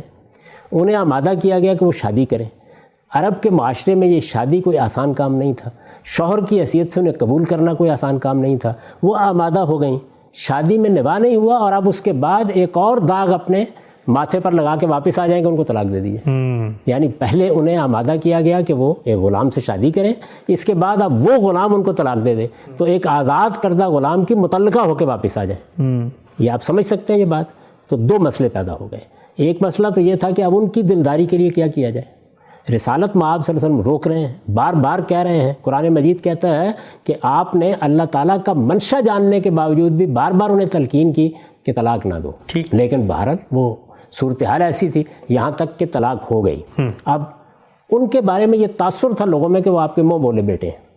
یعنی چونکہ آپ بہت محبت کرتے تھے، آپ ہی کے پاس وہ رہے تھے، اور اس سے پہلے غلامی میں بھی اور اس کے بعد بھی، تو لوگوں میں یہ عام تاثر تھا کہ وہ منہ بولے بیٹے ہیں. بلکہ ان کو زید بن محمد لوگ بعض موقعوں پر کہہ دیتے تھے. عربوں میں منہ بولے بیٹے کی متعلقہ کے ساتھ شادی کا کوئی سوال ہی نہیں تھا. لیکن قرآن مجید اس رسم کو بھی ختم کر دینا چاہتا تھا. اللہ تعالیٰ کے آخری پیغمبر کی حیثیت سے یہ آپ کی ذمہ داری تھی کہ اگر کوئی غلط رسم ہے یا کوئی حرمت حلت کے معاملے میں خرابی ہے تو اس کو ہمیشہ کے لیے دور کر دیں. تو ایک طرف یہ کہ ایک خاتون کی دلداری ہونی چاہیے، دوسری طرف یہ کہ اس رسم کا خاتمہ ہونا چاہیے. رسالت مآب صلی اللہ علیہ وسلم تیار نہیں ہوئے. آپ گریزاں ہیں، بار بار یہ کہہ رہے ہیں. اللہ تعالیٰ نے فیصلہ سنا دیا. سورہ احزاب میں وہ فیصلہ ہے کہ آپ کیا کر رہے ہیں. آپ خدا کے پیغمبر ہیں، آپ کو اپنی ذمہ داریاں پوری کرنی ہیں. اللہ کے پیغمبر اس چیز کے لیے مجبور ہوتے ہیں کہ جو ذمہ داری ان کو دی جائے اس کو دنیا کی پرواہ کیے بغیر پورا کر دیں. اس میں ملامت کرنے والوں کی ملامت کا کیا سوال ہے. آپ آگے بڑھیے اور ذمہ داری کو پورا کیجیے. ہم نے آپ کا نکاح خود کر دیا. اچھا، اب آپ اندازہ کر سکتے ہیں کہ ایک پیغمبر کی ذمہ داریوں کی نوعیت کیا ہے. یعنی انتہائی گریز کے باوجود بہرحال اللہ کے اس حکم کے سامنے سر تسلیم خم کرنا پڑا آپ کو، اور یہ شادی ہو گئی. تو اس سے پہلے میں نے عرض کیا کہ 3 شادیاں وہ ہیں جو یتیموں اور بیواؤں کے مسئلے کے ذیل میں کی گئیں، اور اس میں دونوں چیزیں پیش نظر ہیں. یعنی اصلاحات کے لیے ایک خاتون کا جو معاملہ ہوا، جس طرح ان کی عزت نفس مجروح ہوئی، جس طریقے کے ایک ٹراما سے وہ گزریں، یعنی ان کے ساتھ جو معاملہ ہوا، تو اس میں ان کی دلداری مقصود ہے. اور دوسری جانب اللہ تعالیٰ کے پیش نظر یہ اصلاح ہے کہ منہ بولے بیٹے سے نکاح کے معاملے میں عملی اصلاح کر دی جائے. کیونکہ اس طرح کی چیزیں جتنی ہوتی ہیں یہ محض چند الفاظ سے ختم نہیں ہوتی. ان کی نوعیت سوسائٹی کی ٹیبوز کی ہوتی ہے. اس میں عملی اقدام ہی کرنا موضوع ہوتا ہے. دونوں چیزوں کو سامنے رکھ کر اللہ تعالیٰ نے فیصلہ سنا دیا، اور اللہ تعالیٰ کے فیصلے پر سر تسلیم خم کرتے ہوئے رسالت مآب صلی اللہ علیہ وسلم نے یہ شادی. یہاں بھی آپ کا انیشیٹو نہیں تھا، کوئی چیز نہیں سرے سے. یعنی میں تو آپ سے عرض کر رہا ہوں کہ خود قرآن مجید یہ بتا رہا ہے، تاریخ بتا رہی ہے کہ آپ اس معاملے میں اصرار کرتے رہے کہ وہ طلاق نہ دیں، معاملہ نب جائے. یعنی چونکہ یہ اقدام آپ نے کیا تھا تو نباہ کی انتہائی کوششوں کے باوجود اس میں کامیابی نہیں ہوئی. تو اس لحاظ سے گویا آپ یہ کہہ سکتے ہیں کہ 3 وہ اور یہ چوتھی شادی ہے. اس کے بعد پھر اللہ تعالیٰ نے اسی موقع پر ایک پورا قانون نازل کیا ہے قرآن مجید میں، اور اس میں یہ بتایا کہ پیغمبر کی حیثیت سے آپ کی کچھ ذمہ داریاں ہیں، آپ کے ساتھ کچھ معاملات متعلق ہیں، آپ نے یہاں ایک جد و جہد کی ہے. اس لیے نکاح کے معاملے میں آپ کے لیے وہ ضابطے نہیں ہوں گے جو عام لوگوں کے لیے ہیں، اور آپ آگے بڑھیں اور اس معاملے میں اب یہ سمجھ لیں کہ اس خصوصی قانون کے تحت آپ کو اور شادیاں بھی کرنی پڑ سکتی ہیں. وہ اور شادیاں کیا ہوئیں، وہ قانون کیا ہے، اس میں ظاہر ہے کہ ہم اس وقت تفصیل سے گفتگو نہیں کر سکتے. اس کے بعد پھر آپ نے 3 مزید شادیاں اس ذمہ داری کو پورا کرنے کے لیے کی ہیں جو ان خواتین سے متعلق آپ پر عائد ہوئی، جن کا ہم آگے چل کے ذکر کریں. ٹھیک، ہم ہمارا وقت یہاں پر ختم ہوتا ہے. رسول اللہ صلی اللہ علیہ وسلم کی شادیوں کے حوالے سے ناظرین کرام گفتگو جاری تھی. جو اعتراضات بالعموم مستشرقین کی جانب سے اٹھائے جاتے ہیں ان کا بہت تفصیل سے ہم نے تاریخ کی روشنی میں، علم اور عقل کے مسلمات کی روشنی میں جائزہ لیا اور جاننے کی کوشش کی کہ رسول اللہ صلی اللہ علیہ وسلم نے اپنی بشری حیثیت میں جو نکاح کیے وہ کون کون سے تھے، اس کا کیا پس منظر تھا، کیا سینیریو تھا، اور رسول اللہ صلی اللہ علیہ وسلم کی جو منصبی حیثیت ہے، اللہ تعالیٰ نے آپ کو ایک مشن پر مامور کیا تھا، اس کی ضروریات اور تقاضے کیا تھے، اس کے تحت آپ نے کون کون سے نکاح کیے، یہ موضوع ابھی جاری ہے۔ اور رسالت صلی اللہ علیہ وسلم کی شادیوں کے حوالے سے اور بھی بہت سارے سوالات ہیں جو ہم غامدی صاحب سے انشاءاللہ آئندہ نشست میں پوچھیں گے۔ میزبان محمد حسن الیاس کو اجازت دیجیے، اللہ حافظ۔ بسم اللہ الرحمن الرحیم، السلام علیکم۔ ناظرین کرام، موجودہ دور حریت فکر کا دور ہے، حریت اظہار کا دور ہے، اور یہی وہ دور ہے کہ جس کے اندر استدلال کے ذریعے ہم لوگوں کو قائل کر سکتے ہیں۔ نہ ہم لوگوں کی زبانیں بند کر سکتے ہیں، نہ ان پر پابندی لگا سکتے ہیں۔ ہر ایک اپنا نقطہ نظر، اپنی رائے اس معاشرے میں پروان چڑھاتا ہے، فروغ دیتا ہے اور لوگوں تک پہنچاتا ہے۔ لیکن ضرورت ثمر کی ہے کہ بحیثیت مسلمان ہم ہر ایک کی بات سنیں اور علم اور عقل کی روشنی میں اس کا مدلل اور استدلال کے ساتھ جواب دیں۔ گزشتہ نشست میں ہم نے اپنے گفتگو کا آغاز اس پہلو سے کیا تھا کہ موجودہ دور میں بعض لوگ رسالت مآب صلی اللہ علیہ وسلم کی ذاتی زندگی، آپ کے کردار، آپ کے بعض اقدامات کے بارے میں سوال اٹھاتے ہیں۔ ہم ان سوالات کا سامنا کریں اور پورے استدلال کے ساتھ ان کا جواب دیں۔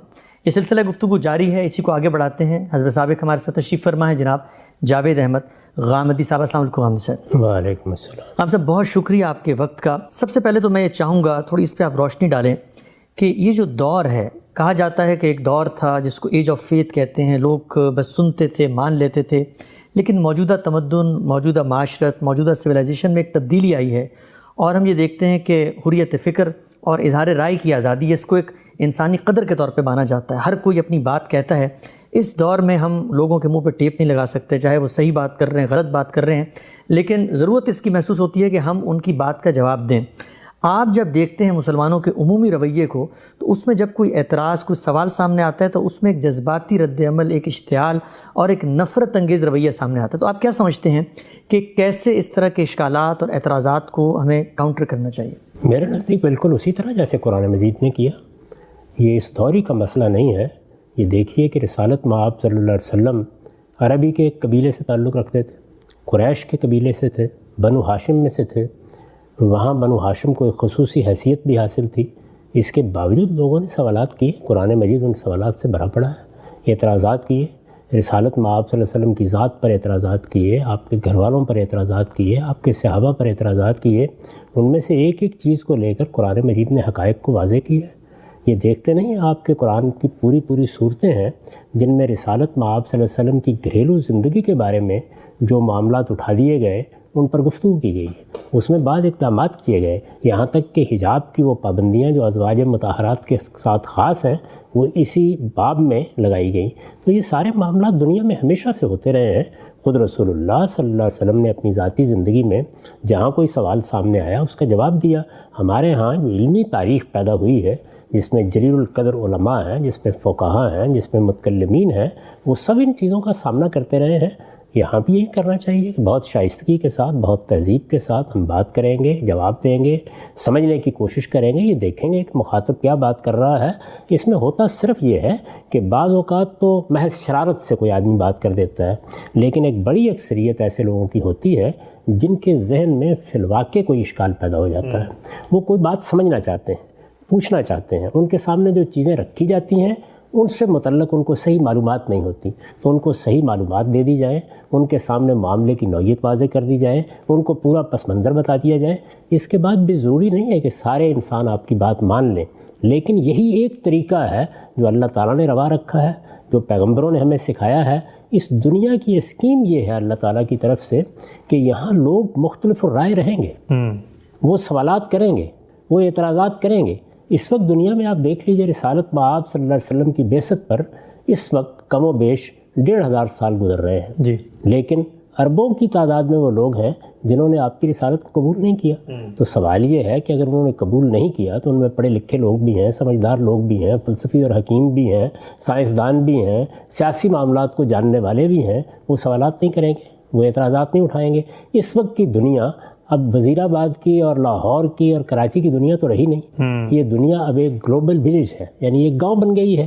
اس میں بے شمار انفارمیشن ہے جو لوگوں کو مل رہی ہے۔ آپ کے بچے اس وقت جو 7ویں 8ویں جماعت میں پڑھ رہے ہوتے ہیں، یہ سب اعتراضات، یہ اشکالات ان کے سامنے بھی آ جاتے ہیں۔ تو آپ کیا کریں گے؟ یعنی ریت میں منہ چھپا کے بیٹھ جائیں گے؟ آپ کو خود بھی اپنے علم کو بہتر کرنا چاہیے. آپ کو دیکھنا چاہیے کہ اصل چیز کیا ہے. رسالت میں آپ صلی اللہ علیہ وسلم کو ہماری کسی مدافعت کی ضرورت نہیں ہے. آپ تو اصل میں مہر منیر ہے. اللہ تعالیٰ نے جو فرمایا کہ سراجم منیرہ، تو اس میں کوئی شبہ نہیں ہے. ایک ایسی زندگی جس پر قرآن کی گواہی یہ ہے کہ انک علی خلق عظیم، آپ بڑے عظیم اخلاق کے مالک ہیں. اس وجہ سے اس میں نہ کوئی پریشان ہونے کی ضرورت ہے، نہ گھبرانے کی ضرورت ہے. صرف ہوتا یہ ہے کہ مس انفارمیشن ہوتی ہے، یعنی لوگوں کو صحیح معلومات نہیں ہوتی، وہ کسی چیز کے پس منظر سے واقف نہیں ہوتے. یہ جو ہم ازواج مطہرات کے معاملے پہ گفتگو کر رہے ہیں، تو اس پہ میں نے یہی بتانے کی کوشش کی ہے کہ لوگوں نے کبھی یہ دیکھنے کی زحمت نہیں کی کہ رسالت مآب صلی اللہ علیہ وسلم نے اپنی ذاتی حیثیت میں کیا فیصلے کیے ہیں، اور ایک پیغمبر کی حیثیت سے آپ کی ذمہ داریاں کیا تھیں، اس میں آپ کو کیا کرنا تھا. ہم جب دیکھتے ہیں تو ہمارے اپنے ہاں جو نظم موجود ہے، اس میں ایک عام آدمی کی زندگی بسر کر سکتا ہے، لیکن اگر کوئی حکمران ہے، کوئی سیاستدان ہے، کوئی عالم ہے، تو اس کی ذمہ داریاں بہت مختلف ہو جاتی ہیں. یہ دیکھنا چاہیے کہ ان ذمہ داریوں کے لحاظ سے ایک مخصوص معاشرت میں جو قبائلی معاشرت تھی، کیا اقدامات کیے جا سکتے تھے. تو رسالت میں آپ صلی اللہ علیہ وسلم کے اس معاملے کو ہم واضح کر رہے ہیں.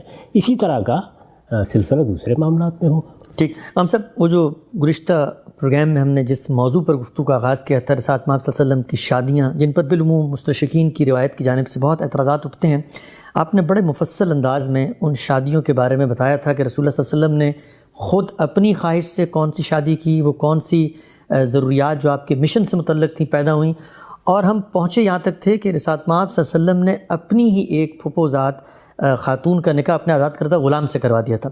ربط کلام کے لیے میں چاہوں گا کہ آپ جو گزشتہ آپ صلی اللہ علیہ وسلم کے نکاح تھے ان کی نوعیتوں کو واضح کرتے ہوئے اس سوال کا جواب دیں. لوگ عام طور پہ یہ پوچھتے ہیں، اور جب میں نے مستشرقین کے لٹریچر دیکھا تو اس میں نعوذ باللہ بہت ہی منفی انداز میں اس واقعے کو پیش کیا گیا ہے کہ آپ صلی اللہ علیہ وسلم نے گویا ایک منکوحہ خاتون جو کہ نکاح یافتہ تھیں ان سے طلاق کروا کے نعوذ باللہ کوئی نکاح کیا. تو مجھے بتائیے گا کہ کیا نوعیت تھی ان کے نکاح کی، ایک غلام سے نکاح ہوا، کیا وہ مشکلات پیش نظر تھیں جس کے بعد رسالت مآب صلی اللہ علیہ وسلم کو وہ نکاح کرنا پڑا؟ میں پیچھے عرض کر چکا، زینب بنت جحش ان کا اسم گرامی ہے. یہ رسالت مآب صلی اللہ علیہ وسلم کی پھوپھی ذات بہن ہے. رسالت مآب صلی اللہ علیہ وسلم نے، میں بڑی تفصیل کے ساتھ اس سے پہلے عرض کر چکا ہوں کہ یہ کوشش کی کہ غلاموں کا مرتبہ بلند کیا جائے. یہ لوگ تو آج عام طور پر کہہ دیتے ہیں نا کہ غلامی کے معاملے میں کیا کیا اسلام نے.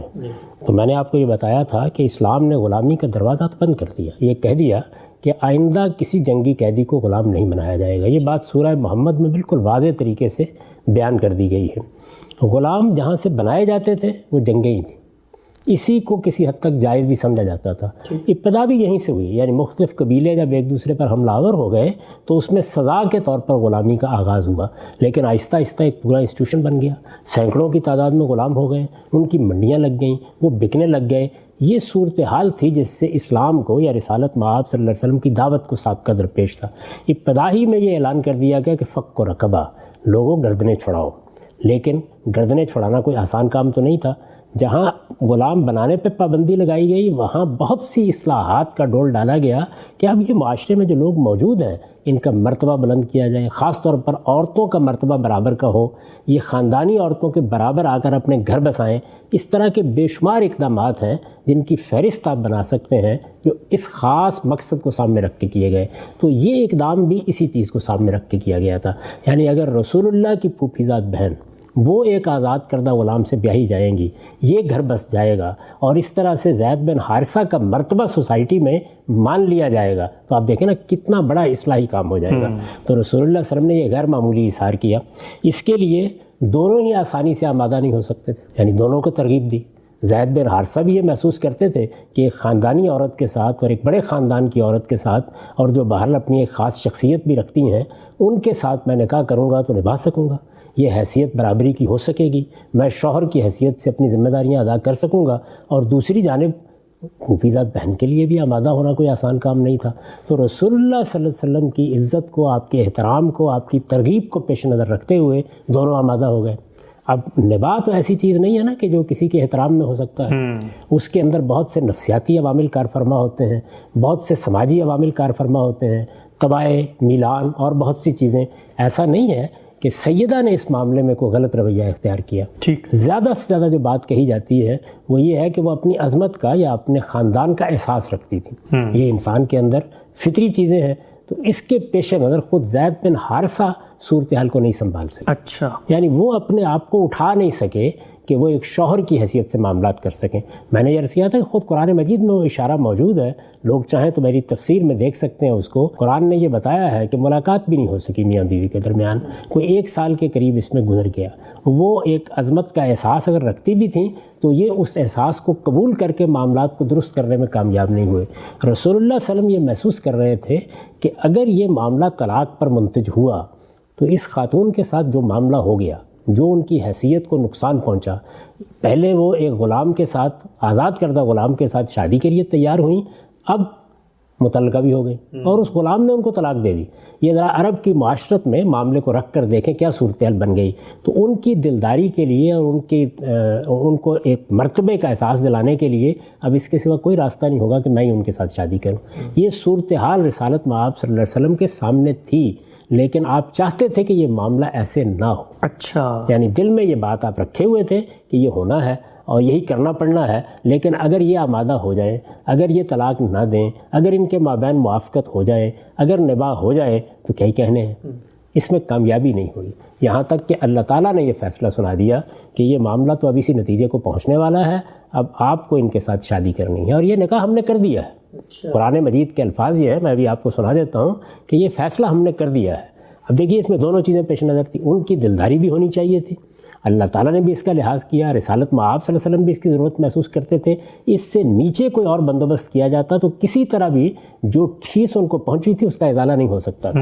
اور دوسری جانب ایک اور بڑی چیز درپیش ہو گئی، رسالت مآب صلی اللہ علیہ وسلم خاتم النبیین ہے، یہ ختم نبوت کا ذکر اسی سیاق میں آیا ہے قرآن مجید میں، کہ چونکہ آپ خاتم النبیین ہیں تو لہٰذا منہ بولے بیٹے کے معاملے میں جو ایک غلط تصور ان لوگوں کے ہاں موجود ہے اس کی اصلاح بھی آپ کے اسی اقدام سے ہوگی۔ پیغمبر کی حیثیت سے یہ آپ کو اصلاح کرنی ہے۔ بہت سی اصلاحات ایسی ہوتی ہیں کہ آپ محض زبان سے بات کر دیں تو سوسائٹی میں اگر کوئی چیز ٹیبو بن گئی ہوئی ہے تو لوگ آسانی سے اس کو چھوڑنے کے لیے تیار نہیں ہوتے۔ رسالت مآب صلی اللہ علیہ وسلم قیامت تک کے لیے اللہ کے پیغمبر تھے، اب کسی نئے نبی کو نہیں آنا تھا، نئے پیغمبر کو نہیں آنا تھا، نئی ہدایت آسمان سے نازل نہیں ہونی تھی۔ تو اس وجہ سے دونوں چیزوں کو سامنے رکھ کر، یعنی ان کی دلداری بھی ہو اور دوسری جانب یہ پیغمبرانہ ذمہ داری بھی ادا کی جائے۔ رسالت مآب صلی اللہ علیہ وسلم سے یہ کہا گیا کہ آپ پریشان کیوں ہیں، آپ پیغمبر ہیں، آپ کے ذمے جو کام لگایا جائے آپ کو اسے کرنا ہے، جہاں تک لوگوں کا تعلق ہے وہ ہم جانیں اور لوگ جانیں۔ ٹھیک، تو یہ پس منظر ہے جس میں رسول اللہ صلی اللہ علیہ وسلم نے یہ شادی کی۔ اس کے بارے میں آپ کو بتا دیتا ہوں کہ میں نے اپنی کتاب مقامات میں جہاں ازواج مطہرات پر یہ ساری بحث کی ہے وہاں کس طرح اس کو بیان کیا ہے۔ جی، تو میں نے یہ لکھا ہے کہ قرآن نے غلامی کو ختم کرنے اور معاشرے میں غلاموں کا مرتبہ بڑھانے کے لیے ہدایات دیں، تو ان پر عمل کا نمونہ پیش کرنے کے لیے آپ نے اپنی پھوپھی زاد بہن سیدہ زینب بنت جہش کا نکاح اپنے آزاد کردہ غلام اور منہ بولے بیٹے، یعنی یہ لوگوں نے کیا رکھا ہوا تھا کہ منہ بولے بیٹے ہیں، منہ بولے بیٹے زید رضی اللہ عنہ سے کرا دیا۔ یہ بڑا غیر معمولی اور دور رس نتائج کا حامل اقدام تھا۔ وہ لوگ جو معاشرے کی اصلاح کرنے اٹھتے ہیں، وہ پیغمبر جو پیغمبرانہ ہدایت لے کے آتے ہیں، ان کا معاملہ میرا اور آپ کا نہیں ہوتا، مگر بدقسمتی سے دونوں میں نباہ نہیں ہو سکا اور زید نے انہیں طلاق دینے کا فیصلہ کر لیا۔ سیدہ کے لیے یہ بڑے صدمے کی بات تھی، اس لیے کہ پہلے ایک معاشرتی اصلاح کے لیے انہوں نے ایک آزاد کردہ غلام سے بیاہ جانا قبول کیا اور پھر متعلقہ بھی ہو گئی۔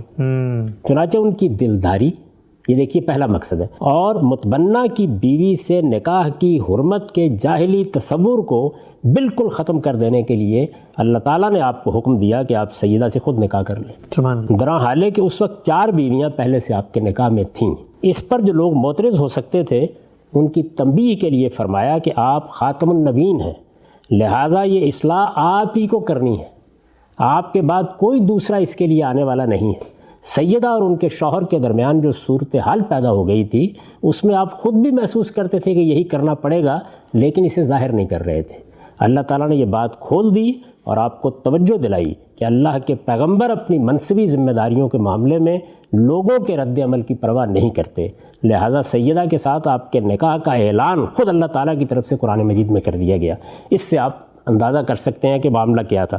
اب دیکھیے آیات یہ ہے، وَإِسْتَقُولُ لِلَّذِي أَنْعَمَ اللَّهُ عَلَيْهِ وَأَنْعَمْتَ عَلَيْهِ أَمْسِكْ عَلَيْكَ زَوْجَكَ وَاتَّقِ اللَّهَ وَتُخْفِي فِي نَفْسِكَ مَا اللَّهُ مُبْدِيهِ وَتَخْشَى النَّاسَ وَاللَّهُ أَحَقُّ أَنْ تَخْشَاهُ فَلَمَّا قَضَىٰ زَيْدٌ مِّنْهُمْ وَطَرًا زَوَّجْنَاكَهَا لِكَيْ لَا يَكُونَ عَلَى الْمُؤْمِنِينَ حَرَجٌ فِي أَزْوَاجِ أَدْعِيَائِهِمْ إِذَا قَضَوْا مِنْهُنَّ وَطَرًا وَكَانَ أَمْرُ اللَّهِ مَفْعُولًا۔ یہ سورہ احزاب کی 37 آیت ہے. ٹھیک. اور یاد کرو اے پیغمبر، جب تم اس شخص سے بار بار کہہ رہے تھے جس پر اللہ نے بھی انعام کیا اور تم نے بھی انعام کیا تھا کہ اپنی بیوی کو نہ چھوڑو، یعنی رسول اللہ صلی اللہ علیہ وسلم کی شدید خواہش بیان کی ہے کہ طلاق نہ ہو، اور اللہ سے ڈرو اور اپنے دل میں وہ بات چھپائے ہوئے تھے جسے اللہ کھولنے والا تھا.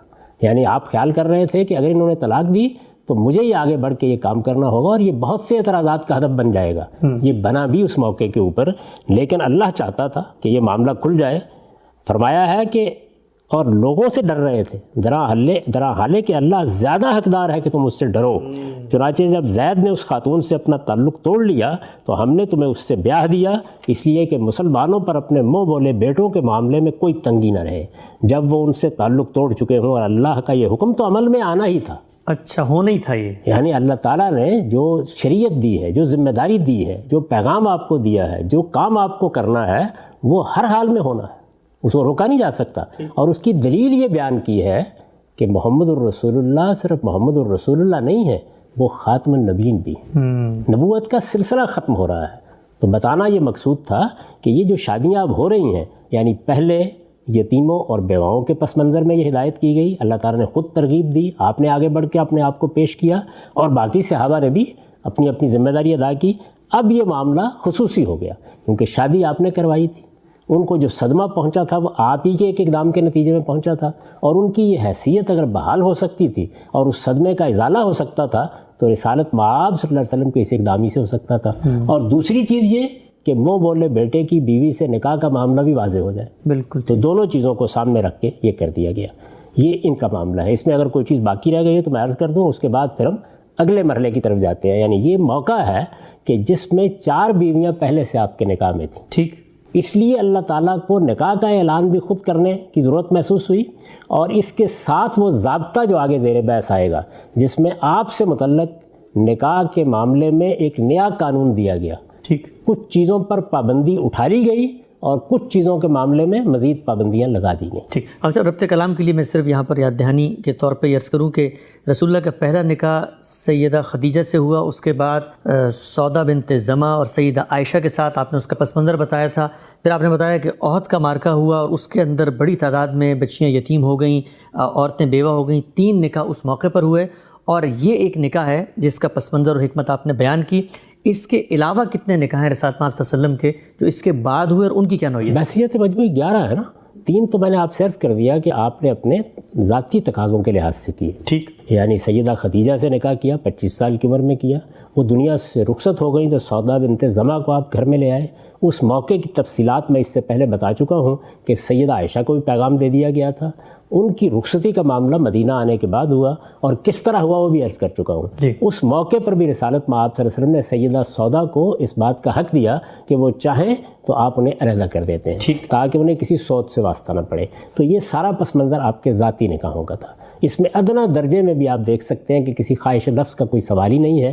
اتنا ہی دائرہ ہے جس کے اندر کوئی چیز بھی آپ انگلی رکھ کے نہیں بتا سکتے کہ قابل اعتراض ہے. اس کے بعد میں نے یہ گزارش کی تھی کہ اب آپ کی اجتماعی ذمہ داریاں شروع ہو گئیں. میں اس سے پہلے بھی یہ بات عرض کر چکا ہوں کہ جو آپ کو قدیم زمانے میں یا قبائلی تمدن میں یا زرعی معیشت میں زیادہ نکاحوں کی روایات ملتی ہیں، پیغمبروں کے بارے میں ملتی ہیں، صالحین کے بارے میں ملتی ہیں، اس کی وجہ تمدنی تقاضے ہی ہوتے رہے ہیں ہمیشہ سے. اس میں خاص طور پر میں نے قبائلی معاشرت کے بارے میں عرض کیا تھا کہ وہاں آدمی کے لیے جینے کی اس کے سوا کوئی صورت ہی نہیں تھی کہ اس کے دائیں بائیں اس کے بیٹے 25-30 کی تعداد میں کھڑے ہوں. یہی اس کی عظمت تھی، یہی اس کا وقار تھا. اور ظاہر ہے کہ ایک عورت پر تو اس کی ذمہ داری نہیں ڈالی جا سکتی. تو تمدنی ضرورتیں، معاشی ضرورتیں، معاشرتی ضرورتیں، سماجی ضرورتیں، یہ باعث بنتی رہی ہیں تعدد ازواج کا. ہم اصل میں حاضر میں کھڑے ہو جاتے ہیں، آج کے حالات کو دیکھتے ہیں اور ماضی پر تبصرہ شروع کر دیتے ہیں. ماضی کو ماضی کے اندر کھڑے ہو کے سمجھنا چاہیے کہ اس میں کیا مسائل پیش آتے ہیں، کس طرح پیش آتے ہیں، ان سے نمٹنے کے کیا طریقے ہوتے ہیں. یہ آپ کے علم میں ہے کہ مغربی ملکوں میں لوگوں نے قانون سازی کی جی، اور اس قانون سازی میں طلاق دینے کے معاملے کو شادی کرنے کے معاملے میں بڑی مشکلات پیدا کر دی گئی. جی. جب مشکلات پیدا کر دی گئی تو آپ دیکھیے کہ لوگوں نے یہاں بوائے فرینڈ گرل فرینڈ کا ایک پورا انسٹیٹیوشن قائم کر ڈالا. ایسا ہی ہوتا ہے نا. تو تمدنی ضرورتیں، سماجی ضرورتیں، حکومتوں کے اقدامات بہت سے مسائل پیدا کر دیتے ہیں. ان مسائل کو سامنے رکھ کے یعنی یہاں اب اگر اس مسئلے پر گفتگو کی جائے گی تو حکومتوں نے کیا کیا ہے، ان اقدامات کا پس منظر کیا ہے، اس میں کیا پابندیاں لگائی گئی ہیں، کہاں مداخلت حدود سے متجاوز ہو گئی ہے، سب کو سامنے رکھا جائے گا۔ تو میں یہ عرض کر رہا ہوں کہ جس طرح تمدنی ضرورتیں تعدد ازواج کا باعث بنی، اسی طرح رسالت مآب صلی اللہ علیہ وسلم کی خصوصی ذمہ داریاں اس کا باعث بن گئیں۔ ٹھیک، اس ذمہ داری میں وہ ایک مرحلہ تھا کہ جب عام لوگوں کو بھی ترغیب دی گئی، اور رسالت مآب صلی اللہ علیہ وسلم نے بھی اللہ تعالیٰ کی اس بات پر لبیک کہی کہ آپ ان یتیموں کی سرپرستی کے لیے، بیواؤں کی سرپرستی کے لیے ان کے ساتھ نکاح کر لیں، 2 2 3 3 4 4۔ اپنی بیویاں ہوتے ہوئے یہ آسان کام نہیں تھا، بڑی ذمہ داری اٹھانے کا معاملہ تھا۔ ان کے بچے تھے، ان کی سرپرستی کرنی تھی، یعنی اس موقع پر بھی یہ نہیں کہ کنواری لڑکیاں جن کے ساتھ شادیاں کی جا رہی ہیں۔ اس کے بعد یہ مرحلہ شروع ہوا، اور اس میں زینب بنت جہش کا معاملہ ہم نے وضاحت کے ساتھ سمجھ لیا۔ میں نے آپ سے عرض کیا ہے کہ اس وقت یہ ضرورت محسوس ہوئی کہ رسالت مآب صلی اللہ علیہ وسلم کی دعوت، آپ کے پیغام، آپ نے جو کام وہاں کیا ہے، آپ کی وجہ سے دینونت برپا ہوئی ہے، اس میں جو جنگ کے واقعات پیش آئے ہیں، اس میں لوگوں کو ہجرت کرنا پڑی ہے، لوگوں کو صدمے پہنچے ہیں، خواتین پر بہت سے برے حالات گزرے ہیں، ان سب کو پس منظر میں رکھتے ہوئے رسول اللہ صلی اللہ علیہ وسلم کے لیے نکاح و طلاق کا ایک خصوصی ضابطہ بیان کیا جائے۔ اچھا، یہ ضابطہ سورہ احزاب میں بیان ہوا ہے۔ اچھا، یعنی آپ یہ دیکھیے کہ پیغمبرانہ ذمہ داریوں کو ادا کرنے کے لیے کیا ضرورت پیش آ گئی ہے، اور اس میں اس ضابطے میں پھر کیا باتیں کہی گئیں۔ یعنی اس میں یہ بتایا گیا کہ فلاں فلاں پابندیاں جو عام لوگوں پر ہیں، مثلا عام لوگ ایک خاص تعداد سے آگے نہیں جا سکتے، یہ پابندی آپ سے اٹھا دی گئی۔ اسی طرح عام لوگوں کے لیے عدل کرنے کی بہت سی ذمہ داریاں ہیں، ان سے بھی آپ کو بری کر دیا گیا، یہ آپ دیکھیں گے آگے۔ لیکن ایک بہت بڑی پابندی لگا دی گئی، اور وہ یہ کہ یہ خواتین جن کے ساتھ آپ نے شادی اللہ تعالیٰ کے ایما سے کی ہے یا اللہ کے حکم پر کی ہے، جن کی ایک خاص حیثیت ہے، اس حیثیت سے یہ آپ کے نکاح میں آئی ہیں، اب آپ ان کو طلاق دے کے ان کی جگہ کو اور بیوی لا ہی نہیں سکتے۔ اچھا، پابندی بھی لگا دی۔ جبکہ ہمارے لیے اس میں بہت آسانی موجود ہے۔ آپ یہ دیکھیے کہ قرآن مجید نے سورہ احزاب میں اس کو کس طریقے سے یہ بیان کیا ہے، یعنی پورا کا پورا ضابطہ جو ہے اس کو کس طریقے سے بیان کیا ہے۔ میں نے اس کا خلاصہ کر کے بیان کر دیا ہے۔ یہ اعلان ہوا، کون سا اعلان ہوا؟ یعنی سیدہ زینب بنت جہش کا نکاح اللہ تعالیٰ نے رسول اللہ صلی اللہ علیہ وسلم کے ساتھ کر دیا، اس کی وجہ میں بیان کر چکا۔ یہ اعلان ہوا تو اس کے ساتھ ہی رسول اللہ صلی اللہ علیہ وسلم کے لیے نکاح و طلاق کا ایک مفصل ضابطہ بھی اللہ تعالیٰ نے اسی سورہ میں بیان کر دیا، سورہ احزاب میں، ٹھیک، جس میں تعدد ازواج کے وہ شرائط تو اٹھا دیے گئے جو عام مسلمانوں پر عائد کیے گئے تھے۔ یعنی جب اس طرح کی ضرورت پیش آ گئی، اور یہ ضرورت بھی اس دنیا میں آخری مرتبہ پیش آنی تھی، ٹھیک، یعنی پیغمبروں کا سلسلہ ختم کیا جا رہا تھا، ایک پیغمبر کی دعوت جس کے ساتھ بہت سے دوسرے حوادث و واقعات وابستہ ہو گئے تھے، ایک قیامت صغریٰ برپا ہوئی، صحابہ کرام میدان میں نکلے، جزیرہ نما عرب میں ایک جہاد و قتال کا مارکا گرم ہوا، ہجرت کے بہت سے مواقع پیش آئے، پہلے حبشہ کی طرف ہجرت، پھر مدینہ کی طرف ہجرت۔ ان تمام معاملات کو سامنے رکھ کر اللہ تعالیٰ نے یہ ضابطہ رسالت مآب صلی اللہ علیہ وسلم کے لیے بیان فرمایا۔ یعنی وہ شرائط تو اٹھا دیے گئے جو عام مسلمانوں پر عائد کیے گئے تھے، لیکن اس کے ساتھ بعض ایسی پابندیاں آپ پر عائد کر دی گئیں جو عام مسلمانوں کے لیے نہیں ہیں۔ یہ ضابطہ سورہ احزاب کی آیات 50 سے 52 میں بیان ہوا ہے۔ اچھا، اور جن نکات پر مبنی ہے وہ یہ ہے، میں نے خلاصہ کر دیا اس کا۔ اولاً پہلی بات اللہ تعالیٰ نے یہ فرمائی کہ سیدہ زینب سے نکاح کے بعد بھی اگر آپ چاہیں تو درج ذیل 3 مقاصد کے لیے مزید نکاح کر سکتے ہیں۔ اچھا، یعنی یہ کوئی عام اجازت نہیں ہے، درج ذیل مقاصد کے لیے اچھا، کچھ مقاصد ہیں جن کو سامنے رکھ کر آپ کے لیے اس ضابطے کا اعلان کیا گیا اور یہ قرآن نے صراحت سے بیان یہ کیا۔ قرآن مجید نے بیان کیا، میں اس کا خلاصہ آپ کو بتا رہا ہوں۔ درج ذیل 3 مقاصد کے لیے مزید نکاح کر سکتے ہیں۔ وہ مقاصد کیا ہے؟ اولاً ان خاندانی عورتوں کی عزت افزائی کے لیے جو آپ کے کسی جنگی اقدام کے نتیجے میں قیدی بن کر آپ کے قبضے میں آ جائے۔ اچھا، یعنی ایک خاتون ہے، جنگ کی صورتحال پیش آئی، اس کو بہت ذلت کا سامنا کرنا پڑ گیا، شکست ہوگی تو قیدی بنے گی، قیدی بن گئی ہے، اب کسی بڑے خاندان سے تعلق رکھتی ہے، اس کا شوہر نہیں رہا، اس کے اعزا اقربا نہیں رہے، اس صورتحال میں اب اس کی دلداری مقصود ہے۔ ان خاندانی عورتوں کی عزت افزائی کے لیے جو آپ کے کسی جنگی اقدام کے نتیجے میں قیدی بن کر آپ کے قبضے میں آ جائے، وہ اگر راضی ہوں، ان کو پیشکش کی جائے تو اب چونکہ وہ بالکل یار و مددگار رہ گئی ہیں تو ان کے ساتھ نکاح کر دیا جائے، مرتبہ اور عزت بھی، مقام بھی، تاکہ ان کا مرتبہ، ان کی عزت یہ اس جگہ قائم رہے۔ دوسری بات، ان خواتین کی دلداری کے لیے جو محض حصول نسبت کی غرض سے آپ کے ساتھ نکاح کی خواہش مند ہوں اور آگے بڑھ کر اپنے آپ کو ہبہ کر دیں۔ بہت سی خواتین کا معاملہ یہ تھا کہ وہ چونکہ اس سارے مرحلے سے گزر چکی تھیں، ان کی بڑی شدید خواہش تھی کہ ان کو بس یہ سعادت حاصل ہو جائے کہ انہیں ازواج مطہرات میں شامل کر لیا جائے، وہ آپ کی کچھ خدمت کر دیں. یعنی یہ خواہش ان کی طرف سے تھی. خدا کا آخری پیغمبر ہے، لوگ اس کو سمجھ نہیں پاتے کہ یہ کیسا تعلق ہے کہ جس کی خواہش کوئی خاتون کر سکتی ہے. تو اللہ تعالیٰ نے فرمایا کہ ان کی دلداری کے لیے بھی اگر آپ مناسب سمجھیں تو نکاح کر سکتے ہیں. پھر تیسری چیز کیا ہے؟ تیسرا مقصد اپنی ان چچا زاد، ماموں زاد، پھوپھی زاد اور خالہ زاد بہنوں کی تالیف قلب کے لیے جنہوں نے آپ کے ساتھ ہجرت کی ہے اور اس طرح اپنا گھر بار اور اپنے اعزاء و اقربا سب کو چھوڑ کر آپ کا ساتھ دیا. یعنی آپ کی دعوت کے لیے یہ نہیں دیکھا کہ شوہر ساتھ جا رہا ہے یا نہیں جا رہا، والدین تیار ہیں یا نہیں تیار، نکل کھڑی ہوئی ہیں. یہ آج کا زمانہ نہیں ہے، اس دور میں ذرا اندازہ کیجئے. اس میں صرف سیدہ ام حبیبہ ہی کا واقعات دیکھ لیجئے. ابو سفیان کی بیٹی اپنے شوہر کے ساتھ حبشہ ہجرت کر کے گئی ہیں. جو صورتحال پیدا ہوئی، ہجرت کوئی آسان چیز نہیں ہوتی، اپنا وطن چھوڑنا بھی آسان نہیں ہوتا اس زمانے میں. یہ آج کا دور نہیں ہے کہ آپ نے ٹکٹ بنایا اور آپ جہاز میں بیٹھ گئے. یعنی ایک لمبا سفر کر کے وہاں گئیں، وہاں شوہر مسیحی ہو گئے، ارتداد اختیار کر لیا انہوں نے. ذرا اندازہ کیجئے اس بات کا. اور وہاں اولاد بھی ہو گئی. تو آپ یہ دیکھیں کہ یہ خواتین ہیں جنہوں نے آپ کے ساتھ ہجرت کی، آپ کے لیے اپنا گھر بار، اپنے اعزاء اقربا چھوڑے. ان میں سے کسی کی دلداری کے لیے، کسی کی عزت افزائی کے لیے، کسی کی تالیف قلب کے لیے اگر آپ نکاح کرنا چاہیں تو کر لیں. تو آپ تینوں چیزوں کو آپ دیکھ لیجئے. یعنی رسالت مآب صلی اللہ علیہ وسلم کی یہ حیثیت کہ آپ خدا کے آخری پیغمبر ہیں، آپ کے ساتھ ادنا نسبت بھی ایک بہت بڑی سعادت ہے. قیامت میں کسی خاتون کو یہ عزت حاصل ہو جائے کہ وہ آپ کی ازواج مطہرات میں اٹھے، اس کا اندازہ عام دنیا کے معاملات کو دیکھنے والے لوگ نہیں کر سکتے. اس کا لحاظ کیا گیا، جنگی اقدام کیا گیا، اس میں کسی خاتون کو صدمہ پہنچا ہے، اس کی دلداری کا خیال کیا گیا. اور اسی طرح یہ عورتیں کہ جنہوں نے آپ کے لیے اپنا سب کچھ قربان کر دیا اور اپنے خاندان کی ہیں. ٹھیک، یعنی آپ دیکھیں اس میں گنوایا ہے، چچا زاد ہے، ماموں زاد ہے، پھوپھی زاد ہے، خالہ زاد اس خاندان سے تعلق رکھتی ہیں. قریبی تعلق کے باوجود انہوں نے یہ مصیبت اٹھائی ہے، ہجرت کی ہے، یہ سارے معاملات جھیلے ہیں، جنگ کی مصیبتیں برداشت کی ہیں. ان کو اگر آپ اپنے نکاح میں لانا چاہیں تو لے آئیں.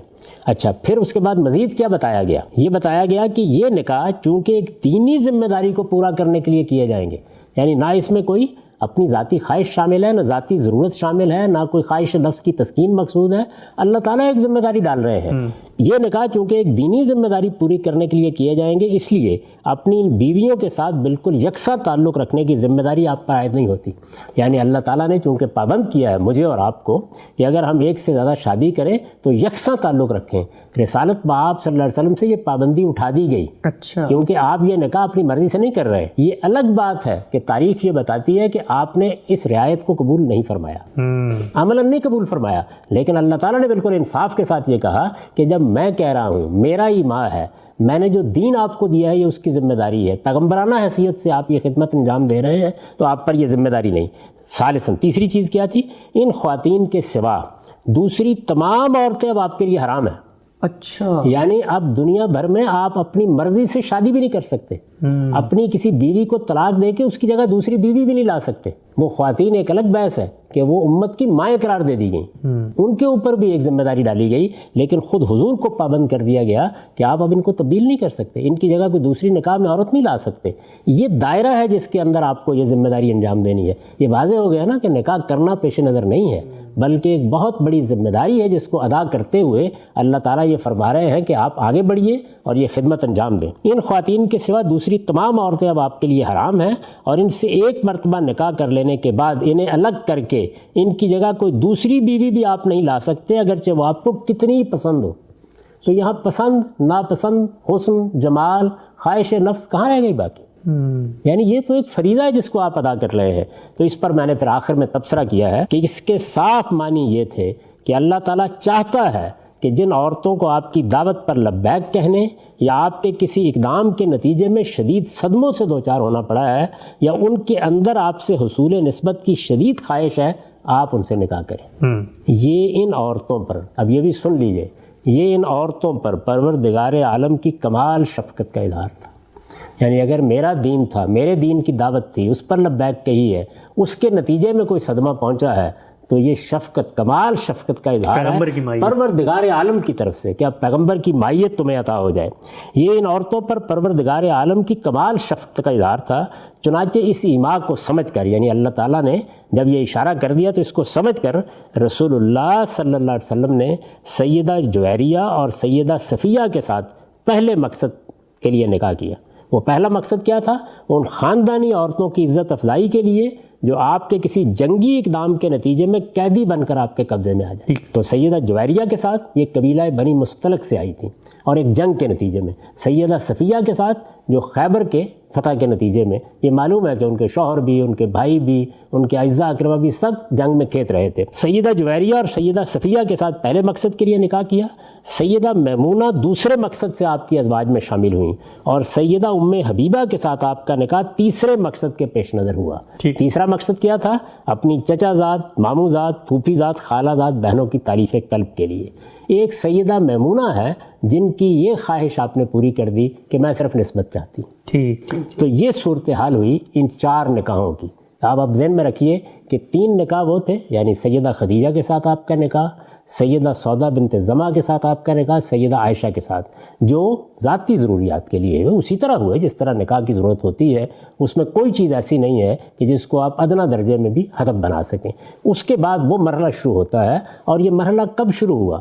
یعنی رسالت مآب صلی اللہ علیہ وسلم کی حیات طیبہ کے آخری 8 سال میں وہی موقع تھا۔ اس سے پہلے کا سارا زمانہ اسی طرح گزر گیا، یہ اس وقت شروع ہوا، اور اس میں یہ 8 نکاح ہوئے ہیں۔ 3 ہم نے بتا دیا آپ کو کہ وہ بیوہ عورتوں کو، یتیم بچوں کو سہارا دینے کے لیے کیے گئے، وہ 3 نکاح تھے۔ اس کا بھی آپ نے سن لیا کہ وہ سیدہ حفصہ کے ساتھ ہوا، یہ عمر رضی اللہ عنہ کی بیٹی ہیں، زینب بنت خزیمہ کے ساتھ ہوا، ام سلمہ بنت ابی امیہ کے ساتھ ہوا۔ یہ 3 نکاح تھے۔ پھر زینب بنت جہش کے بعد زینب بنت جہش کا معاملہ پیش آ گیا، اس کا پس منظر بھی پوری وضاحت کے ساتھ میں نے آپ کی خدمت میں عرض کر دیا۔ یہ 4 نکاح اس کے بعد ہوئے، تو اس لحاظ سے یہ 8 نکاح اور پہلے وہ 3، تو ان کی تعداد 11 بنتی ہے۔ پھر آخر میں نے لکھا ہے کہ اس سے واضح ہے کہ یہ ایک خالص دینی ذمہ داری تھی جو نبوت و رسالت کے منصبی تقاضوں سے رسول اللہ صلی اللہ علیہ وسلم پر عائد ہوئی، اور آپ نے اسے پورا کر دیا۔ بشری خواہشات سے اس کا کوئی تعلق نہ تھا، چنانچہ ضروری تھا کہ اسے عام قانون سے مستثنا رکھا جائے۔ سورہ احزاب کا جو ضابطہ اوپر مذکور ہے وہ اسی استثناء کو بیان کرتا ہے۔ یہ پوری بات ہے رسالت مآب صلی اللہ علیہ وسلم نے جو نکاح کیے ہیں، یہ ان کا پس منظر ہے، یہ ان کی حقیقت ہے۔ اب آدمی کے سامنے 2 راستے ہوتے ہیں، وہ کسی چیز کو اس کی اصل حقیقت میں سمجھے، وہ رسالت مآب صلی اللہ علیہ وسلم کے مشن کو سامنے رکھ کر آپ کی شخصیت کا مطالعہ کرے، اور یا پھر یہ ہے کہ اپنے خبث باطن کے اظہار کے لیے جو الزام چاہے لگا دیں۔ ٹھیک، ہم سب بہت شکریہ، جزاکم اللہ خیر، آپ نے اتنی تفصیل سے رسالت مآب صلی اللہ علیہ وسلم کے جو نکاح ہیں ان کی نوعیت کو واضح کیا۔ کچھ سوالات ابھی بھی باقی ہیں، لوگ پوچھتے ہیں۔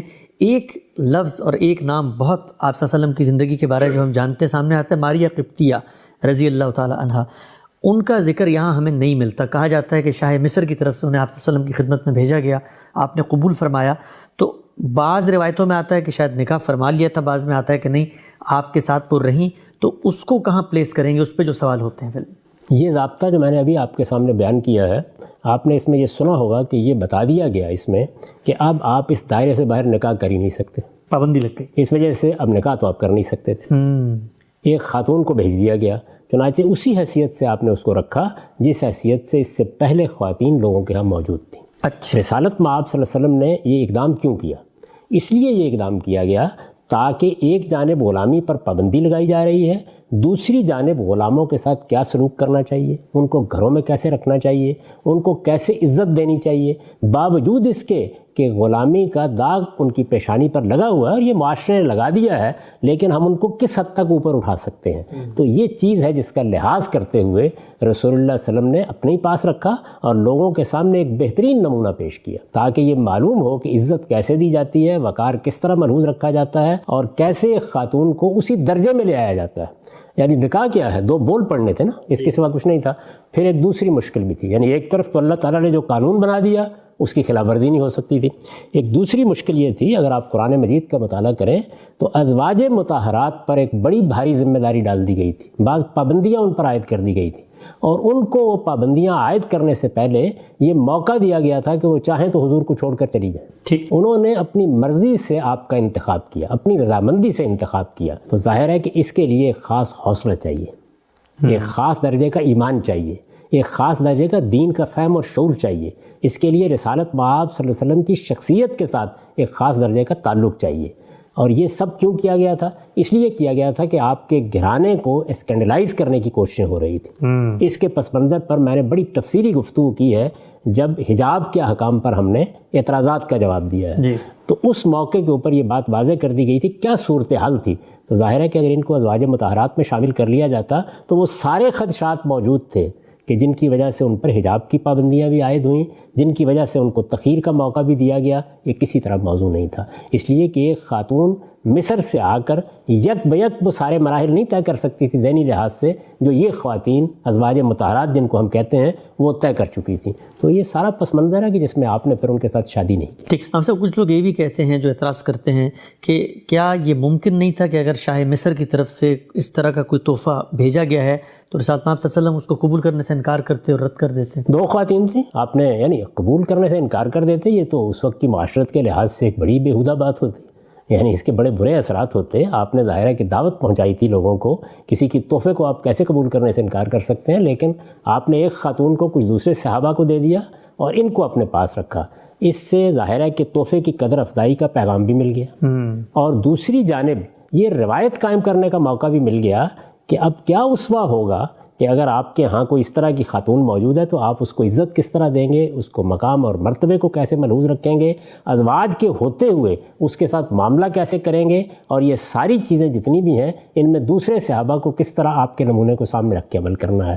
آپ ذہن میں رکھیے کہ دو کام بیک وقت ہو رہے ہیں، یعنی ایک جانب غلامی پر پابندی لگائی جا رہی ہے کہ آئندہ غلام نہیں بنایا جائے گا، دوسری جانب جو غلام بن چکی ہیں خواتین یا مرد غلام بن چکے ہیں ان کے مرتبے کو بلند کرنے کا کام ہو رہا ہے۔ تو مرتبے کو بلند کرنے کا اس سے بہترین طریقہ اور کیا ہو سکتا تھا کہ رسالت مآب صلی اللہ علیہ وسلم خود یہ عزت بخشیں، خود یہ مقام دیں ان کو، تو آپ نے ایسا ہی کیا۔ اصل میں یہ آج کے زمانے میں کھڑے ہو کر ماضی کا جائزہ لینا ہے، اس وقت کی صورتحال کیا تھی، اس میں ان خواتین کی ذہنیت کیا بن جاتی تھی، ان کا پس منظر کیا ہوتا تھا، ان سب چیزوں کا لحاظ کر کے آپ نے یہ فیصلہ کیا اور بالکل صحیح اصول پر فیصلہ کیا۔ ٹھیک، ہم سب سعد مآب صلی اللہ علیہ وسلم کے جو نکاح ہیں، آپ کی جو شادیاں ہیں، اس پر ہم تفصیل سے آپ سے جان رہے ہیں، جو سوالات بالعموم پیش کی جاتے ہیں۔ ایک اعتراض جو آخر میں چاہوں گا اس پر آپ اظہار خیال کریں، اور وہ اعتراض جب سامنے آتا ہے تو ہم دیکھتے ہیں کہ مسلمانوں کی جو اپنی علمی روایت ہے وہ ایک طریقے سے اس کی تائید یا تصویب کر رہی ہوتی ہے۔ سیدہ عائشہ سے رسول اللہ صلی اللہ علیہ وسلم کا نکاح کہا جاتا ہے کہ آپ کی عمر شاید 9 سال تھی، بعض روایتوں میں کہتے ہیں کہ اس سے بھی کم تھی۔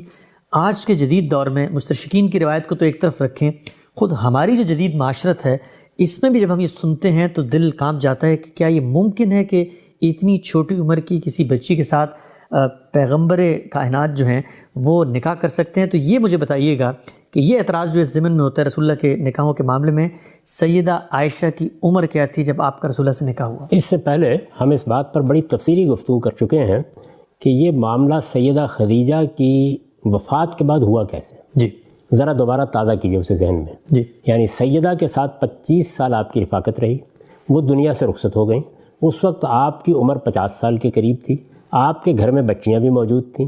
اس موقع پر ایک خاتون نے، اس سے پچھلی نشست میں ہم نے بڑی تفصیل سے ذکر کیا تھا، سیدہ خولہ نے آپ کو یہ کہا کہ میں یہ محسوس کرتی ہوں کہ جب سے خدیجہ دنیا سے رخصت ہوئی ہے آپ کچھ محتاج سے ہو کے رہ گئے ہیں، یہ موضوع نہیں کہ میں آپ کے لیے کہیں پیغام دوں کہ آپ شادی کر لیں۔ اب یہ دیکھیے کہ یہ گفتگو ذرا ذہن میں رکھیے گا۔ جی، ایک خاتون، عام طور پر بزرگ خواتین ہوتی ہیں، معاملات کو سمجھتی ہیں، ہمارے ہاں دیہات میں یہی روایت ہوتی ہے کہ وہ اس طرح کا ذکر کریں گی۔ وہ کیا کہہ رہی ہیں کہ آپ پر گھر در کے معاملات کی ذمہ داری بھی ہے، آپ کو خود بھی اس کی ضرورت محسوس ہوتی ہوگی، سیدہ کی رفاقت سے محرومی کا صدمہ بھی ہے۔ اس صورتحال میں آپ کے گھر کو آباد کرنے کے لیے کیا یہ موضوع نہیں ہوگا کہ میں آپ کی طرف سے کسی کو پیغام دوں؟ رسالت مآب صلی اللہ علیہ وسلم نے اپنی طرف سے کسی خواہش کا اظہار کیا؟ نہیں۔ آپ نے یہ پوچھا کہ کیا کوئی رشتہ ہے؟ یہ آپ ابن سعد کو، جو سب سے پہلی تاریخ کی کتاب ہے ہمارے ہاں، یعنی جس میں سیرت کا ایک پورا باب بھی ہے، آپ اس کو نکال کے پڑھیے۔ اور پھر یہ دیکھیے کہ اس میں کیا گفتگو ہو رہی ہے. یعنی رسول اللہ صلی اللہ علیہ وسلم ان سے کہتے ہیں کہ کیا کوئی رشتہ ہے؟ وہ جواب میں یہ کہتی ہیں کہ دونوں ہیں، یعنی کماری بھی ہے اور شوہر دیدہ بھی ہے. ٹھیک. شوہر دیدہ کون ہے؟ سیدہ سودا بنت زمعہ، 50 سال کی ایک بیوہ خاتون ہے. کماری کون ہے؟ آپ کے دوست، آپ کے بھائی صدیق رضی اللہ عنہ کی بیٹی سیدہ عائشہ. اس خاتون کے بارے میں جو یہ بات کر رہی ہے، آپ سمجھتے ہیں کہ اس کا ذہنی توازن ٹھیک تھا؟ اس نے یہ بات بقائمی ہوش و حواس کہی ہے جی. کہ 6 سال کی ایک بچی کو آپ گھر میں لے آئیں جبکہ بچیاں گھر میں ہیں، انہیں کو سنبھالنا ہے. آپ باور کرتے ہیں یہ بات؟ یعنی وہ کہہ سکتی ہے. اچھا، رسالت مآب صلی اللہ علیہ وسلم نے خواہش کا اظہار کیا ہوتا تو ہم کہتے کہ کوئی پیغمبرانہ مقصد پیش نظر ہے. سیدنا صدیق نے اپنی طرف سے پیشکش کی ہوتی تو ہم کہہ سکتے تھے کہ انہوں نے کہا میری چھوٹی ایک بچی ہے، اسما کا معاملہ تو پہلے ہو چکا، تو میں یہ چاہتا ہوں کہ یہ سعادت حاصل ہو جائے. نہ ادھر سے کوئی ایما ہے نہ ادھر سے کوئی بات ہے. ٹھیک. تو آپ ظاہر ہے کہ بالکل عام عقلی اصولوں پر دیکھنا پڑے گا. آپ باور کرتے ہیں کہ کوئی خاتون یہ بات کہے گی؟ نہیں. یعنی 6 سال کی بچی کے بارے میں کہے گی؟ وہ تو بچی گھر پہ 9 سال کی بچی کے بارے میں یہ کہے گی؟ یعنی 6 سال کی بچی یا 9 سال کی بچی وہ جس مقصد کے لیے چاہ رہی ہے، وہ کیا کہہ رہی ہے کہ سیدہ کی وفات کے بعد، یعنی سیدہ خدیجہ کی وفات کے بعد آپ کی صورت یہ ہو گئی ہے، اس میں آپ کو ضرورت ہے کہ کوئی آپ کا گھر آ کر آباد کرے، سنبھال لے، آپ کی ذمہ داری ہے، بچیاں سنبھالیں، آپ کو رفاقت میسر کریں. شادی کس لیے کرتا ہے آدمی؟ یعنی بچی ہے، نہ وہ جنسی تسکین کی عمر کو ابھی پہنچی ہے، نہ وہ آپ کو رفاقت میسر کر سکتی ہے، نہ وہ گھر سنبھال سکتی ہے. تو آپ اس خاتون کے بارے میں جو ایک بزرگ خاتون ہے ایک مشورہ دے رہی ہیں، کیا رائے قائم کرتے ہیں؟ بقائمی ہوش و حواس سے بات کی جا سکتی ہے؟ یہ ممکن نہیں ہے. اچھا، اس کے بعد آگے دیکھیے، وہ جاتی ہیں اور جا کر صدیق رضی اللہ عنہ کے گھر میں پیغام دیتی ہیں. آگے سے جواب کیا ملتا ہے کہ ہم تو سیدہ کا معاملہ پہلے ہی طے کر چکے ہوئے ہیں. تو 6 سال کی بچی کا معاملہ اگر سال پہلے طے ہوا تھا تو 5 سال کی بچی کا معاملہ لوگ طے کر دیا کرتے ہیں. ایسے ہی ہوتا ہے. اچھا، پھر آپ فرمائیں گے کہ چلیے کر دیا ہوگا، دیہات کا قبائلی معاشرہ ہے، وہ تو یہ کہہ رہے ہیں کہ ہم انتظار کر رہے ہیں کہ وہ رخصتی کرائیں. لیکن چونکہ ہم مسلمان ہو گئے ہیں تو اب ان کے تیور کچھ بدلے بدلے لگ رہے ہیں. آپ یہ اندازہ کر سکتے ہیں کہ کسی طرح ممکن ہے؟ تو یہ محض ایک افسانہ ہے، غلطی ہوئی ہے بعض راویوں سے اور اس کے نتیجے میں یہ بات بہت عام ہو گئی. وہ ایک بڑی مناسب عمر میں تھیں. اندازہ ہوتا ہے تمام قرائن کو جب آپ اکٹھا کرتے ہیں کہ 18-19 سال کی عمر کم و بیش تھی اور اس میں بالکل مناسب طریقے سے پیغام دیا گیا.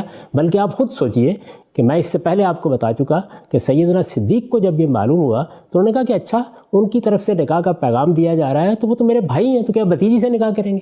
یعنی نہ ادھر سے کوئی ارادہ موجود ہے نہ ادھر سے کوئی ایما موجود ہے. ایک خاتون نے یہ تجویز پیش کی ہے علمی اور عقلی طریقے سے. آپ کیسے یہ تصور کرتے ہیں کہ اس نے ایک 6 سال کی بچی کے لیے پیغام دیا ہو؟